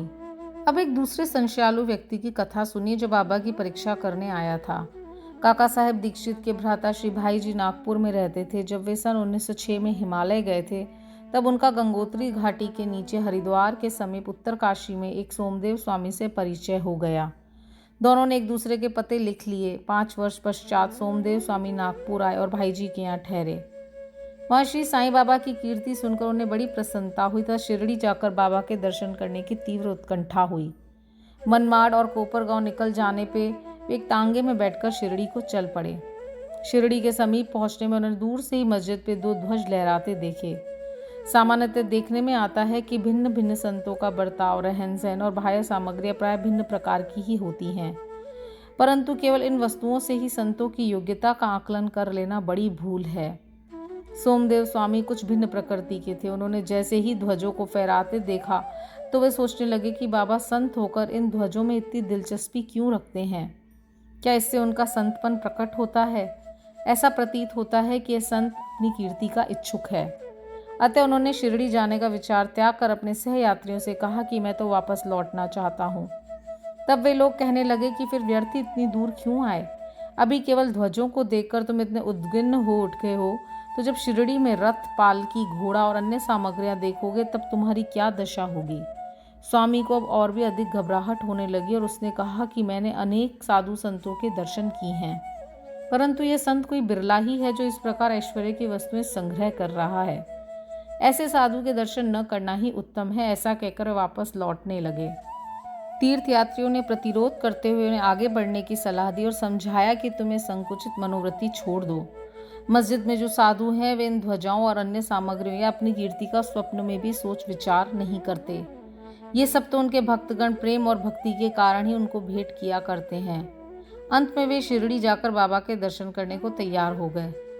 मस्जिद के मंडप में पहुंचकर तो वे द्रवित हो गए। उनकी आंखों से अश्रुधारा बहने लगी और कंठ रुंध गया। अब उनके सब दूषित विचार हवा हो गए और उन्हें अपने गुरु के शब्दों की स्मृति हो आई कि मन जहाँ अति प्रसन्न और आकर्षित हो जाए उसी स्थान को ही अपना विश्राम धाम समझना। वे बाबा की चरण रज में लौटना चाहते थे, परंतु जब वे उनके समीप गए तो बाबा एकदम क्रोधित होकर जोर जोर से चिल्लाकर कहने लगे कि हमारा सामान हमारे ही साथ रहने दो, तुम अपने घर वापस लौट जाओ। सावधान, यदि फिर कभी मस्जिद की सीढ़ी चढ़े तो। ऐसे संत के दर्शन ही क्यों करने चाहिए जो मस्जिद पर ध्वजाएं लगा के रखे? क्या ये संतपन के लक्षण हैं? एक क्षण भी यहाँ न रुको। अब उसे अनुभव हो गया कि बाबा ने उसके हृदय की बात जान ली और वे कितने सर्वज्ञ हैं।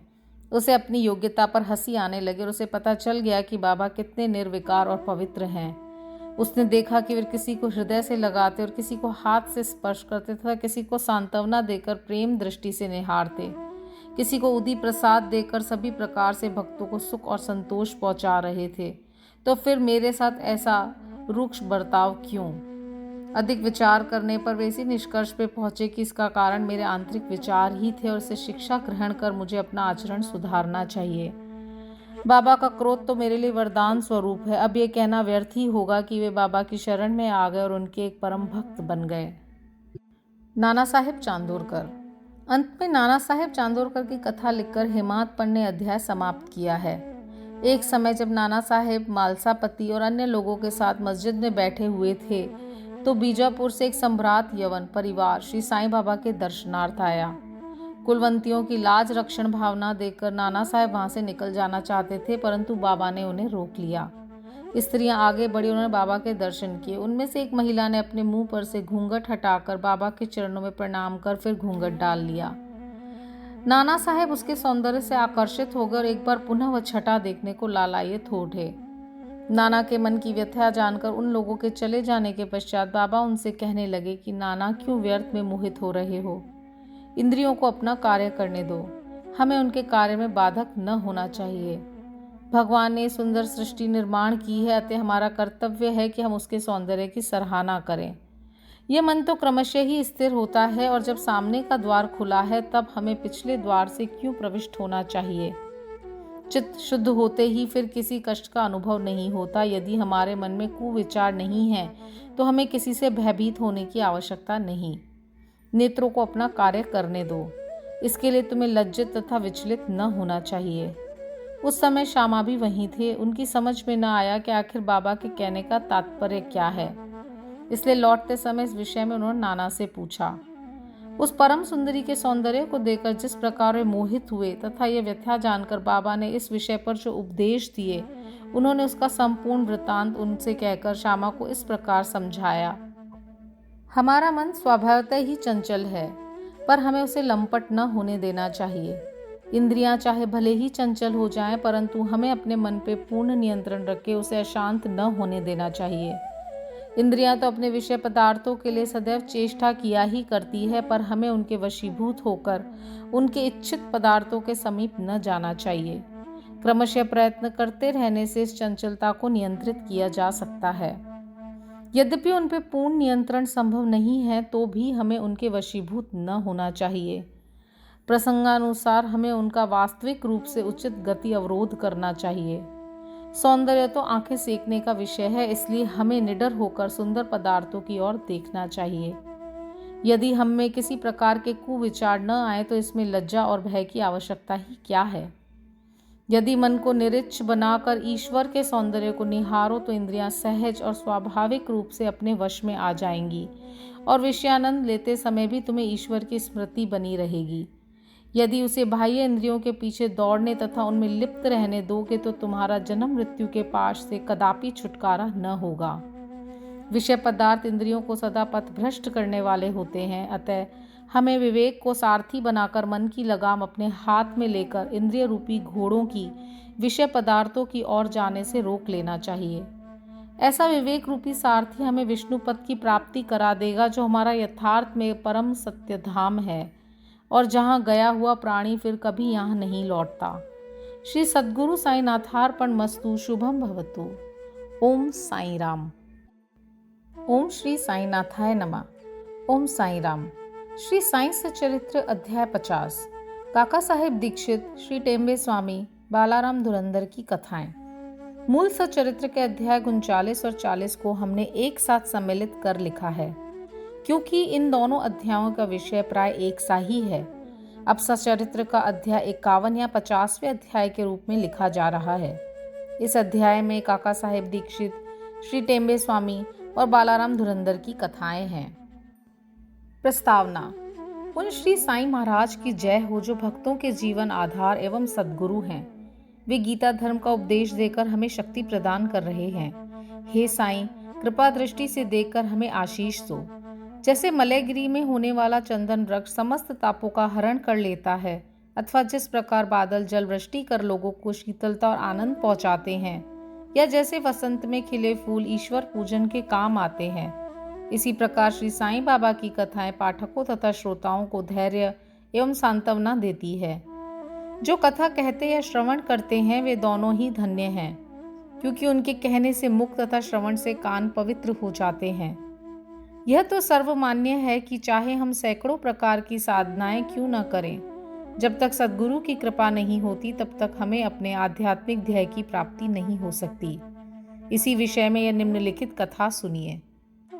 काका साहेब दीक्षित 1864 से 1926। श्री हरि सीताराम उपनाम काका साहेब दीक्षित सन 1864 में वडनगर के नागर ब्राह्मण कुल में खंडवा में पैदा हुए थे। उनकी प्राथमिक शिक्षा खंडवा एवं हिंगण घाट में हुई। माध्यमिक शिक्षा नागपुर में उच्च श्रेणी में प्राप्त करने के बाद उन्होंने पहले विल्सन तथा बाद में एल्फिंस्टन कॉलेज में अध्ययन किया। सन 1883 में उन्होंने विधि स्नातक, LLB और कानूनी सलाहकार सॉलिसिटर की परीक्षाएं उत्तीर्ण की और फिर वे सरकारी solicitor firm messrs little and company में कार्य करने लगे। इसके पश्चात उन्होंने अपनी एक सॉलिसिटर फर्म शुरू कर दी। सन 1909 के पहले तो बाबा की कीर्ति उनके कानों तक न पहुंची थी, परंतु इसके पश्चात वे शीघ्र ही बाबा के परम भक्त बन गए। जब वे लोनावला में निवास कर रहे थे तो उनकी अचानक भेंट अपने पुराने मित्र नाना साहेब चांदोरकर से हुई। दोनों ही इधर उधर की चर्चाओं में समय बिताते थे। काका साहेब ने उन्हें बताया कि जब वे लंदन में थे तो रेलगाड़ी पर चढ़ते समय कैसे उनका पैर फिसला तथा कैसे उसमें चोट आई, इसका पूर्ण विवरण सुनाया। नाना साहेब ने उनसे कहा कि यदि तुम इस लंगड़ेपन तथा कष्ट से मुक्त होना चाहते हो तो मेरे सद्गुरु श्री साईं बाबा की शरण में जाओ। उन्होंने बाबा का पूरा पता बताकर उनके कथन को दोहराया कि मैं अपने भक्त को 7 समुद्रों के पार से भी उसी प्रकार खींच लूंगा जिस प्रकार की एक चिड़िया को जिसका पैर रस्सी से बंधा हो खींचकर अपने पास लाया जाता है। उन्होंने यह भी स्पष्ट कर दिया कि यदि तुम बाबा के निजी जन न हो तो तुम्हें उनके प्रति आकर्षण भी न होगा और न ही उनके दर्शन प्राप्त होंगे। काका साहेब को ये बातें सुनकर बड़ी प्रसन्नता हुई और उन्होंने कहा वे शिरडी जाकर बाबा से प्रार्थना करेंगे कि शारीरिक लंगड़ेपन के बदले उनके चंचल मन को अपंग बनाकर परमानंद की प्राप्ति करा दें। कुछ दिनों के पश्चात ही बंबई विधानसभा के चुनाव में मत प्राप्त करने के संबंध में काका साहेब दीक्षित अहमदनगर गए और सरदार काका साहेब मेरिकर के यहाँ ठहरे। श्री बाला साहेब मिरीकर, जो कि कोपर गांव के मामलतदार तथा काका साहेब मिरीकर के सुपुत्र थे, वे भी इसी समय अश्व प्रदर्शनी देखने के हेतु अहमदनगर पधारे थे। चुनाव का कार्य समाप्त होने के पश्चात काका साहेब दीक्षित शिरडी जाना चाहते थे। यह पिता और पुत्र दोनों ही घर में विचार कर रहे थे कि काका साहेब के साथ भेजने के लिए कौन सा व्यक्ति उपयुक्त होगा, और दूसरी ओर बाबा अलग ही ढंग से उन्हें अपने पास बुलाने का प्रबंध कर रहे थे। श्यामा के पास एक तार आया कि उनकी सास की हालत अधिक शोचनीय है और उन्हें देखने वे शीघ्र अहमदनगर को आए। बाबा से अनुमति प्राप्त कर श्यामा ने वहां जाकर अपनी सास को देखा, जिनकी स्थिति में अब पर्याप्त सुधार हो चुका था। प्रदर्शनी को जाते समय नाना साहेब पानसे तथा अप्पा साहेब गद्रे की दृष्टि अचानक श्यामा पे पड़ी। उन्होंने श्यामा से मिरीकर के घर जाकर काका साहेब दीक्षित से भेंट करने तथा उन्हें अपने साथ शिरडी ले जाने को कहा। उन्होंने श्यामा के आगमन की सूचना काका साहेब दीक्षित और मिरीकर को भी दी। संध्या समय श्यामा मिरीकर के घर आए। मिरीकर ने श्यामा का काका साहेब दीक्षित उनके साथ रात 10 बजे वाली गाड़ी से कोपरगांव को रवाना हो जाएं। इस निश्चय के बाद ही एक विचित्र घटना घटी। बाला साहेब मिरीकर ने बाबा के एक बड़े चित्र पर से पर्दा हटाकर काका साहेब दीक्षित को उनके दर्शन कराए, तो उन्हें देखकर आश्चर्य हुआ कि जिनके दर्शनार्थ में शिरडी जाने वाला हूँ, वे तो इसी चित्र रूप में मेरे स्वागत हेतु यहाँ विराजमान हैं। तब अत्यंत द्रवित होकर वे बाबा की वंदना करने लगे। ये चित्र मेघा का था और कांच लगाने के लिए मिरीकर के पास आया था। दूसरा कांच लगवाकर उसे काका साहेब दीक्षित तथा श्यामा के हाथ वापस शिरडी भेजने का प्रबंध किया गया। 10 बजे से पहले ही स्टेशन पर पहुंचकर उन्होंने द्वितीय श्रेणी का टिकट ले लिया। जब गाड़ी स्टेशन पर आई तो द्वितीय श्रेणी का डिब्बा खचाखच भरा हुआ था। उसमें बैठने को तिल मात्र भी स्थान न था। भाग्यवश गार्ड साहेब काका साहेब दीक्षित के पहचान के निकल आए। उन्होंने इन दोनों को प्रथम श्रेणी के डिब्बे में बिठा दिया। इस प्रकार सुविधापूर्वक यात्रा करते हुए कोपरगांव स्टेशन पे उतरे। स्टेशन पे ही शिरडी को जाने वाले नाना साहेब चांदोरकर को देखकर उनके हर्ष का पारावार न रहा। शिरडी पहुंचकर उन्होंने मस्जिद में जाकर बाबा के दर्शन किए। तब बाबा कहने लगे कि मैं बड़ी देर से तुम्हारी प्रतीक्षा कर रहा हूँ। श्यामा को मैंने ही तुम्हें लाने के लिए भेज दिया था। इसके पश्चात काका साहेब ने अनेक वर्ष बाबा के सानिध्य में व्यतीत किए। उन्होंने शिरडी में एक वाड़ा दीक्षित वाड़ा बनवाया, जो उनका प्राय स्थायी घर हो गया। उन्हें बाबा से जो अनुभव प्राप्त हुए वे सब स्थान अभाव के कारण यहाँ नहीं दिए जा रहे। पाठकों से प्रार्थना है कि वे श्री साईं लीला पत्रिका के विशेष अंक काका साहेब दीक्षित भाग 12 के अंक 6 से 9 तक देखें। उनके केवल 1-2 अनुभव लिखकर हम यह कथा समाप्त करेंगे। बाबा ने उन्हें आश्वासन दिया था कि अंत समय आने पर बाबा उन्हें विमान में ले जाएंगे, जो सत्य निकला। तारीख 5 जुलाई सन 1926 को वो हेमाद पंत के साथ रेल से यात्रा कर रहे थे। दोनों में साईं बाबा के विषय में बातें हो रही थी। वे श्री साईं बाबा के ध्यान में अधिक तल्लीन हो गए। तभी अचानक उनकी गर्दन हेमाद पंत के कंधे से जा लगी और उन्होंने बिना किसी कष्ट तथा घबराहट के अपनी अंतिम श्वास छोड़ दी। श्री टेम्बे स्वामी।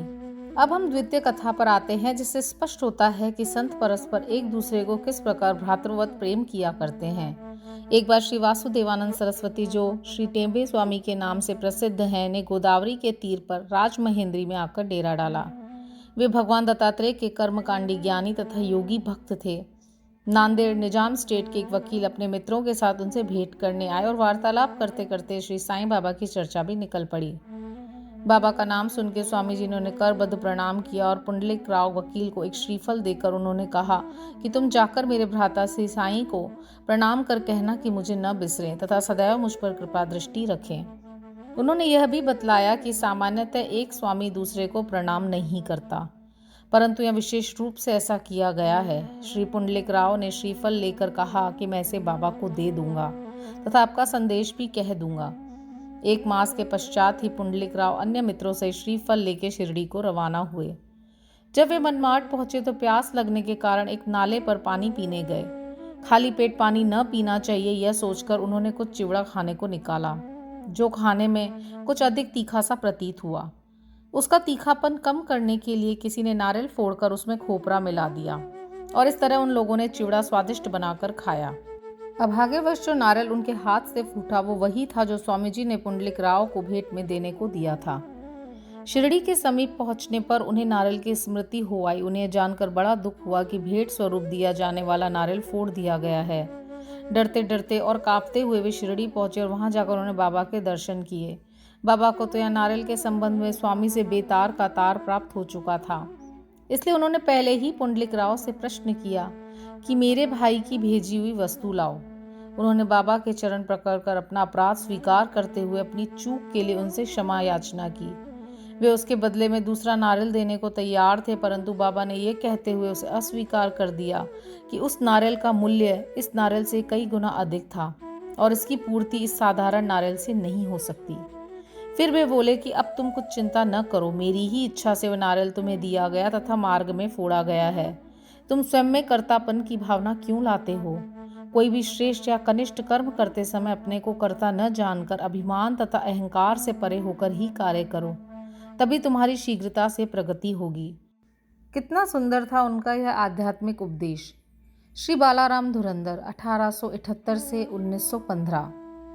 सांता क्रूज बंबई के श्री बालाराम धुरंधर प्रभु जाति के एक सज्जन थे। वे बंबई के उच्च न्यायालय में एडवोकेट थे तथा किसी समय शासकीय विधि विद्यालय government of law school Bambai के प्राचार्य भी थे। उनका संपूर्ण कुटुंब सात्विक तथा धार्मिक था। श्री बालाराम ने अपनी जाति की योग्य सेवा की और इस संबंध में एक पुस्तक भी प्रकाशित कराई। इसके पश्चात उनका ध्यान आध्यात्मिक और धार्मिक विषयों पर गया। उन्होंने ध्यानपूर्वक गीता, उसकी टीका ज्ञानेश्वरी तथा अन्य दार्शनिक ग्रंथों का अध्ययन किया।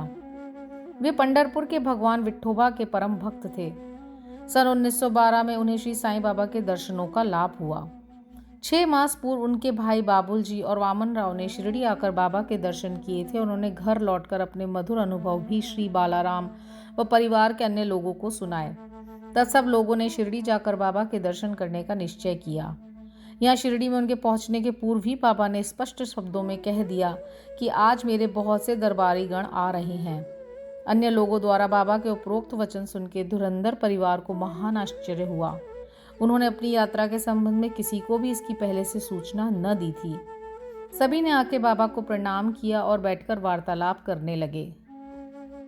बाबा ने अन्य लोगों को बतलाया कि ये मेरे दरबारी गण हैं, जिनके संबंध में मैंने तुमसे पहले कहा था। फिर धुरंधर भ्राताओं से बोले कि मेरे और तुम्हारा परिचय 60 जन्म पुराना है। सभी नम्र और सभ्य थे, इसलिए वे सब हाथ जोड़े हुए बैठे बैठे बाबा की ओर निहारते रहे।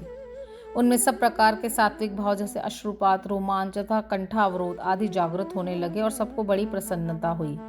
इसके पश्चात वे सब अपने निवास स्थान को गए और भोजन तथा थोड़ा विश्राम लेकर पुनः मस्जिद में आकर बाबा के पांव दबाने लगे। इस समय बाबा चिल्लम पी रहे थे। उन्होंने बालाराम को भी चिल्लम देकर एक फूंक लगाने का आग्रह किया। यद्यपि अभी तक उन्होंने कभी धूम्रपान नहीं किया था, फिर भी चिल्लम हाथ में लेकर बड़ी कठिनाई से उन्होंने एक फूंक लगाई और आदरपूर्वक बाबा को लौटा दी। बालाराम के लिए तो यह अनमोल घड़ी थी। वे 6 वर्षों से श्वास रोग से पीड़ित थे, पर चिल्लम पीते ही वे रोग मुक्त हो गए। उन्हें फिर भी कभी यह कष्ट न हुआ। 6 वर्षों के पश्चात उन्हें एक दिन पुनः श्वास रोग का दौरा आया। यह वही महापुण्यशाली दिन था जबकि बाबा ने महासमाधि ली। वे गुरुवार के दिन शिरडी आए थे। भाग्यवश उसी रात्रि को उन्होंने चावड़ी उत्सव देखने का भी अवसर मिला। आरती के समय बालाराम को चावड़ी में बाबा का मुखमंडल भगवान पांडुरंग सरीखा दिखाई दिया।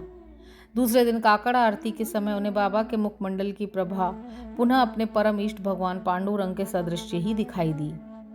श्री बालाराम धुरंधर ने मराठी में महाराष्ट्र के महान संत तुकाराम का जीवन चरित्र लिखा है, परंतु खेद है कि पुस्तक प्रकाशित होने तक वे जीवित न रह सके। उनके बंधुओं ने इस पुस्तक को सन 1928 में प्रकाशित कराया। इस पुस्तक के प्रारंभ में पृष्ठ 6 पर उनकी जीवनी से संबंधित एक परिच्छेद में उनकी शिरडी यात्रा का पूरा वर्णन है। श्री सद्गुरु साईनाथार्पणमस्तु। शुभम भवतु। ओम साई राम। ओम श्री साईनाथाय नमः। ओम साई राम। श्री साई सचरित्र अध्याय 51 उपसंहार। अध्याय 51 पूर्ण हो चुका है और अब अंतिम अध्याय मूल ग्रंथ का 52वां अध्याय लिखा जा रहा है। इसमें हेमादपंत ने अंतिम समालोचना की है और उसी प्रकार सूची लिखने का वचन दिया है। जिस प्रकार की अन्य मराठी धार्मिक काव्य ग्रंथों में विषय की सूची अंत में लिखी जाती है। अभाग्यवश हेमादपंत के कागज पत्रों की छानबीन करने पर भी वह सूची प्राप्त न हो सकी। तब बाबा के एक योग्य तथा धार्मिक भक्त ठाणे के अवकाश प्राप्त मामलतदार श्री BV देव ने उसे रचकर प्रस्तुत किया। पुस्तक के प्रारंभ में ही विषय सूची देने तथा प्रत्येक अध्याय में विषय का संकेत शीर्षक स्वरूप लिखना ही आधुनिक प्रथा है। इसीलिए यहाँ अनुक्रमणिका नहीं दी जा रही है। अतः इस अध्याय को उपसंहार समझना ही उपयुक्त होगा। अभाग्यवश हेमाद पंत उस समय तक जीवित न रहे कि वे अपने लिखे हुए इस अध्याय के प्रति में संशोधन करके उसे छपने योग्य बनाते। सद्गुरु श्री साईं की महानता। हे साईं, मैं आपकी चरण वंदना कर आपसे शरण याचना करता हूँ, क्योंकि आप इस अखिल विश्व के एकमात्र आधार हैं। यदि ऐसी ही धारणा लेकर हम उनका भजन पूजन करें तो यह निश्चित है कि हमारी समस्त इच्छाएं शीघ्र पूर्ण होंगी और हमें अपने परम लक्ष्य की प्राप्ति हो जाएगी। आज निंदित विचारों के तट पर माया मोह के झंझावात से धैर्य रूपी समुद्र में तूफान उठ खड़ा हुआ है, जिसमें क्रोध और घृणा रूपी घड़ियाल तैरते हैं और अहम भाव एवं संदेह रूपी नाना संकल्प विकल्पों के भंवरों में निंदा, घृणा और ईर्ष्या रूपी अगणित मछलियां विहार कर रही हैं। यद्यपि यह समुद्र इतना भयानक है तो भी हमारे सद्गुरु साईं महाराज उसमें अगस्त्य स्वरूप ही हैं, इसलिए भक्तों को किंचित मात्र भी भयभीत होने की आवश्यकता नहीं है। हमारे सद्गुरु तो जहाज हैं और वे हमें कुशलता पूर्वक इस भवसागर से पार उतार देंगे। प्रार्थना। श्री सच्चिदानंद साईं महाराज को साष्टांग नमस्कार करके उनके चरण पकड़कर हम सब भक्तों के कल्याणार्थ उनसे प्रार्थना करते हैं कि हे साईं, हमारे मन की चंचलता और वासनाओं को दूर करो। हे प्रभु, तुम्हारे श्री चरणों के अतिरिक्त हम में किसी अन्य वस्तु की लालसा न रहे। तुम्हारा यह चरित्र घर घर पहुँचे और इसका नित्य पठन पाठन हो, और जो भक्त इसका प्रेम पूर्वक अध्ययन करे उनके समस्त संकट दूर हों। फलश्रुति अध्ययन का पुरस्कार। अब इस पुस्तक के अध्ययन से प्राप्त होने वाले फलश्रुति के संबंध में कुछ शब्द लिखूंगा। इस ग्रंथ के पठन पाठन से मनोवांछित फल की प्राप्ति होती है। पवित्र गोदावरी नदी में स्नान कर शिरडी के समाधि मंदिर में श्री साईं बाबा की समाधि के दर्शन कर लेने के पश्चात इस ग्रंथ का पठन पाठन या श्रवण प्रारंभ करोगे तो तुम्हारी त्रिविध संकट भी दूर हो जाएंगे। समय समय पर श्री साईं बाबा की कथा वार्ता करते रहने से तुम्हें आध्यात्मिक जगत के प्रति अभिरुचि हो जाएगी, और यदि तुम इस प्रकार नियम तथा प्रेम पूर्वक अभ्यास करते रहे तो तुम्हारे समस्त पाप नष्ट हो जाएंगे। यदि सचमुच ही तुम आवागमन से मुक्ति चाहते हो तो तुम्हें साईं कथाओं का नित्य पठन पाठन, स्मरण और उनके चरणों में प्रगाढ़ प्रीति रखनी चाहिए। साईं कथा रूपी समुद्र मंथन कर उसमें से प्राप्त रत्नों को दूसरों को वितरण करो, जिससे तुम्हें नित्य नूतन आनंद का अनुभव होगा और श्रोतागण अधःपतन से बच जाएंगे। यदि भक्तगण अनन्य भाव से उनकी शरण आए तो उनका मैं नष्ट होकर बाबा से अभिन्नता प्राप्त हो जाएगी, जैसे कि नदी समुद्र में मिल जाती है। यदि तुम 3 अवस्थाओं अर्थात जागृति, स्वप्न और निद्रा में से किसी एक में भी साईं चिंतन में लीन हो जाओ तो तुम्हारा सांसारिक चक्र से छुटकारा हो जाएगा। स्नान कर प्रेम और श्रद्धा युक्त होकर जो इस ग्रंथ का 1 सप्ताह में पठन समाप्त करेंगे उनके सारे कष्ट दूर हो जाएंगे, या जो इसका नित्य पठन या श्रवण करेंगे उन्हें भयों से तुरंत छुटकारा मिल जाएगा। इसके अध्ययन से हर एक को अपनी श्रद्धा और भक्ति के अनुसार फल मिलेगा, परंतु इन दोनों के अभाव में किसी भी फल की प्राप्ति होना संभव नहीं है। यदि तुम इस ग्रंथ का आदरपूर्वक पठन करोगे तो श्री साईं प्रसन्न होकर तुम्हें अज्ञान और दरिद्रता के पाश से मुक्त कर ज्ञान, धन और समृद्धि प्रदान करेंगे। यदि एकाग्रचित होकर नित्य 1 अध्याय ही पढ़ोगे तो तुम्हें अपरिमित सुख की प्राप्ति होगी। इस ग्रंथ को अपने घर पर गुरु पूर्णिमा, गोकुलाष्टमी, रामनवमी, विजयादशमी और दीपावली के दिन अवश्य पढ़ना चाहिए। यदि ध्यान पूर्वक तुम केवल इसी ग्रंथ का अध्ययन करते रहोगे तो तुम्हें सुख और संतोष प्राप्त होगा और सदैव श्री साईं चरणान वृंदों का स्मरण बना रहेगा, और इस प्रकार तुम भवसागर के सहज ही पार हो जाओगे। इसके अध्ययन से रोगियों को स्वास्थ्य, निर्धनों को धन, दुखित और पीड़ितों को शांति मिलेगी तथा मन के समस्त विकार दूर हो जाएंगे और मानसिक शांति प्राप्त होगी। मेरे प्रिय भक्त और श्रोतागण, आपको प्रणाम करते हुए मेरा आपसे एक विशेष निवेदन है कि जिसकी कथा आपने इतने दिनों और महीनों से सुनी है उनके कलिमलहारी और मनोहर चरणों को कभी विस्मृत न होने दें। जिस उत्साह, श्रद्धा और लगन के साथ आप इन कथाओं का पठन या श्रवण करेंगे, श्री साईं बाबा वैसी ही सेवा करने की बुद्धि हमें प्रदान करेंगे। लेखक और पाठक इस कार्य में परस्पर सहयोग देकर सुखी हों। प्रसाद याचना। अंत में हम इस पुस्तक को समाप्त करते हुए सर्वशक्तिमान परमात्मा से निम्नलिखित कृपा या प्रसाद याचना करते हैं। हे ईश्वर, पाठकों और भक्तों को श्री साईं चरणों में पूर्ण और अनन्य भक्ति दो। श्री साईं का मनोहर स्वरूप ही उनकी आंखों में सदा बसा रहे और वे समस्त प्राणियों में देवादिदेव साईं भगवान का ही दर्शन करें। एव मस्तु। श्री सद्गुरु साईनाथार्पणमस्तु। शुभम भवतु। ओम श्री साईं यशकाय शिरडी वासिने नमः। ओम साईं राम। सप्ताह पारायण सप्तम विश्राम।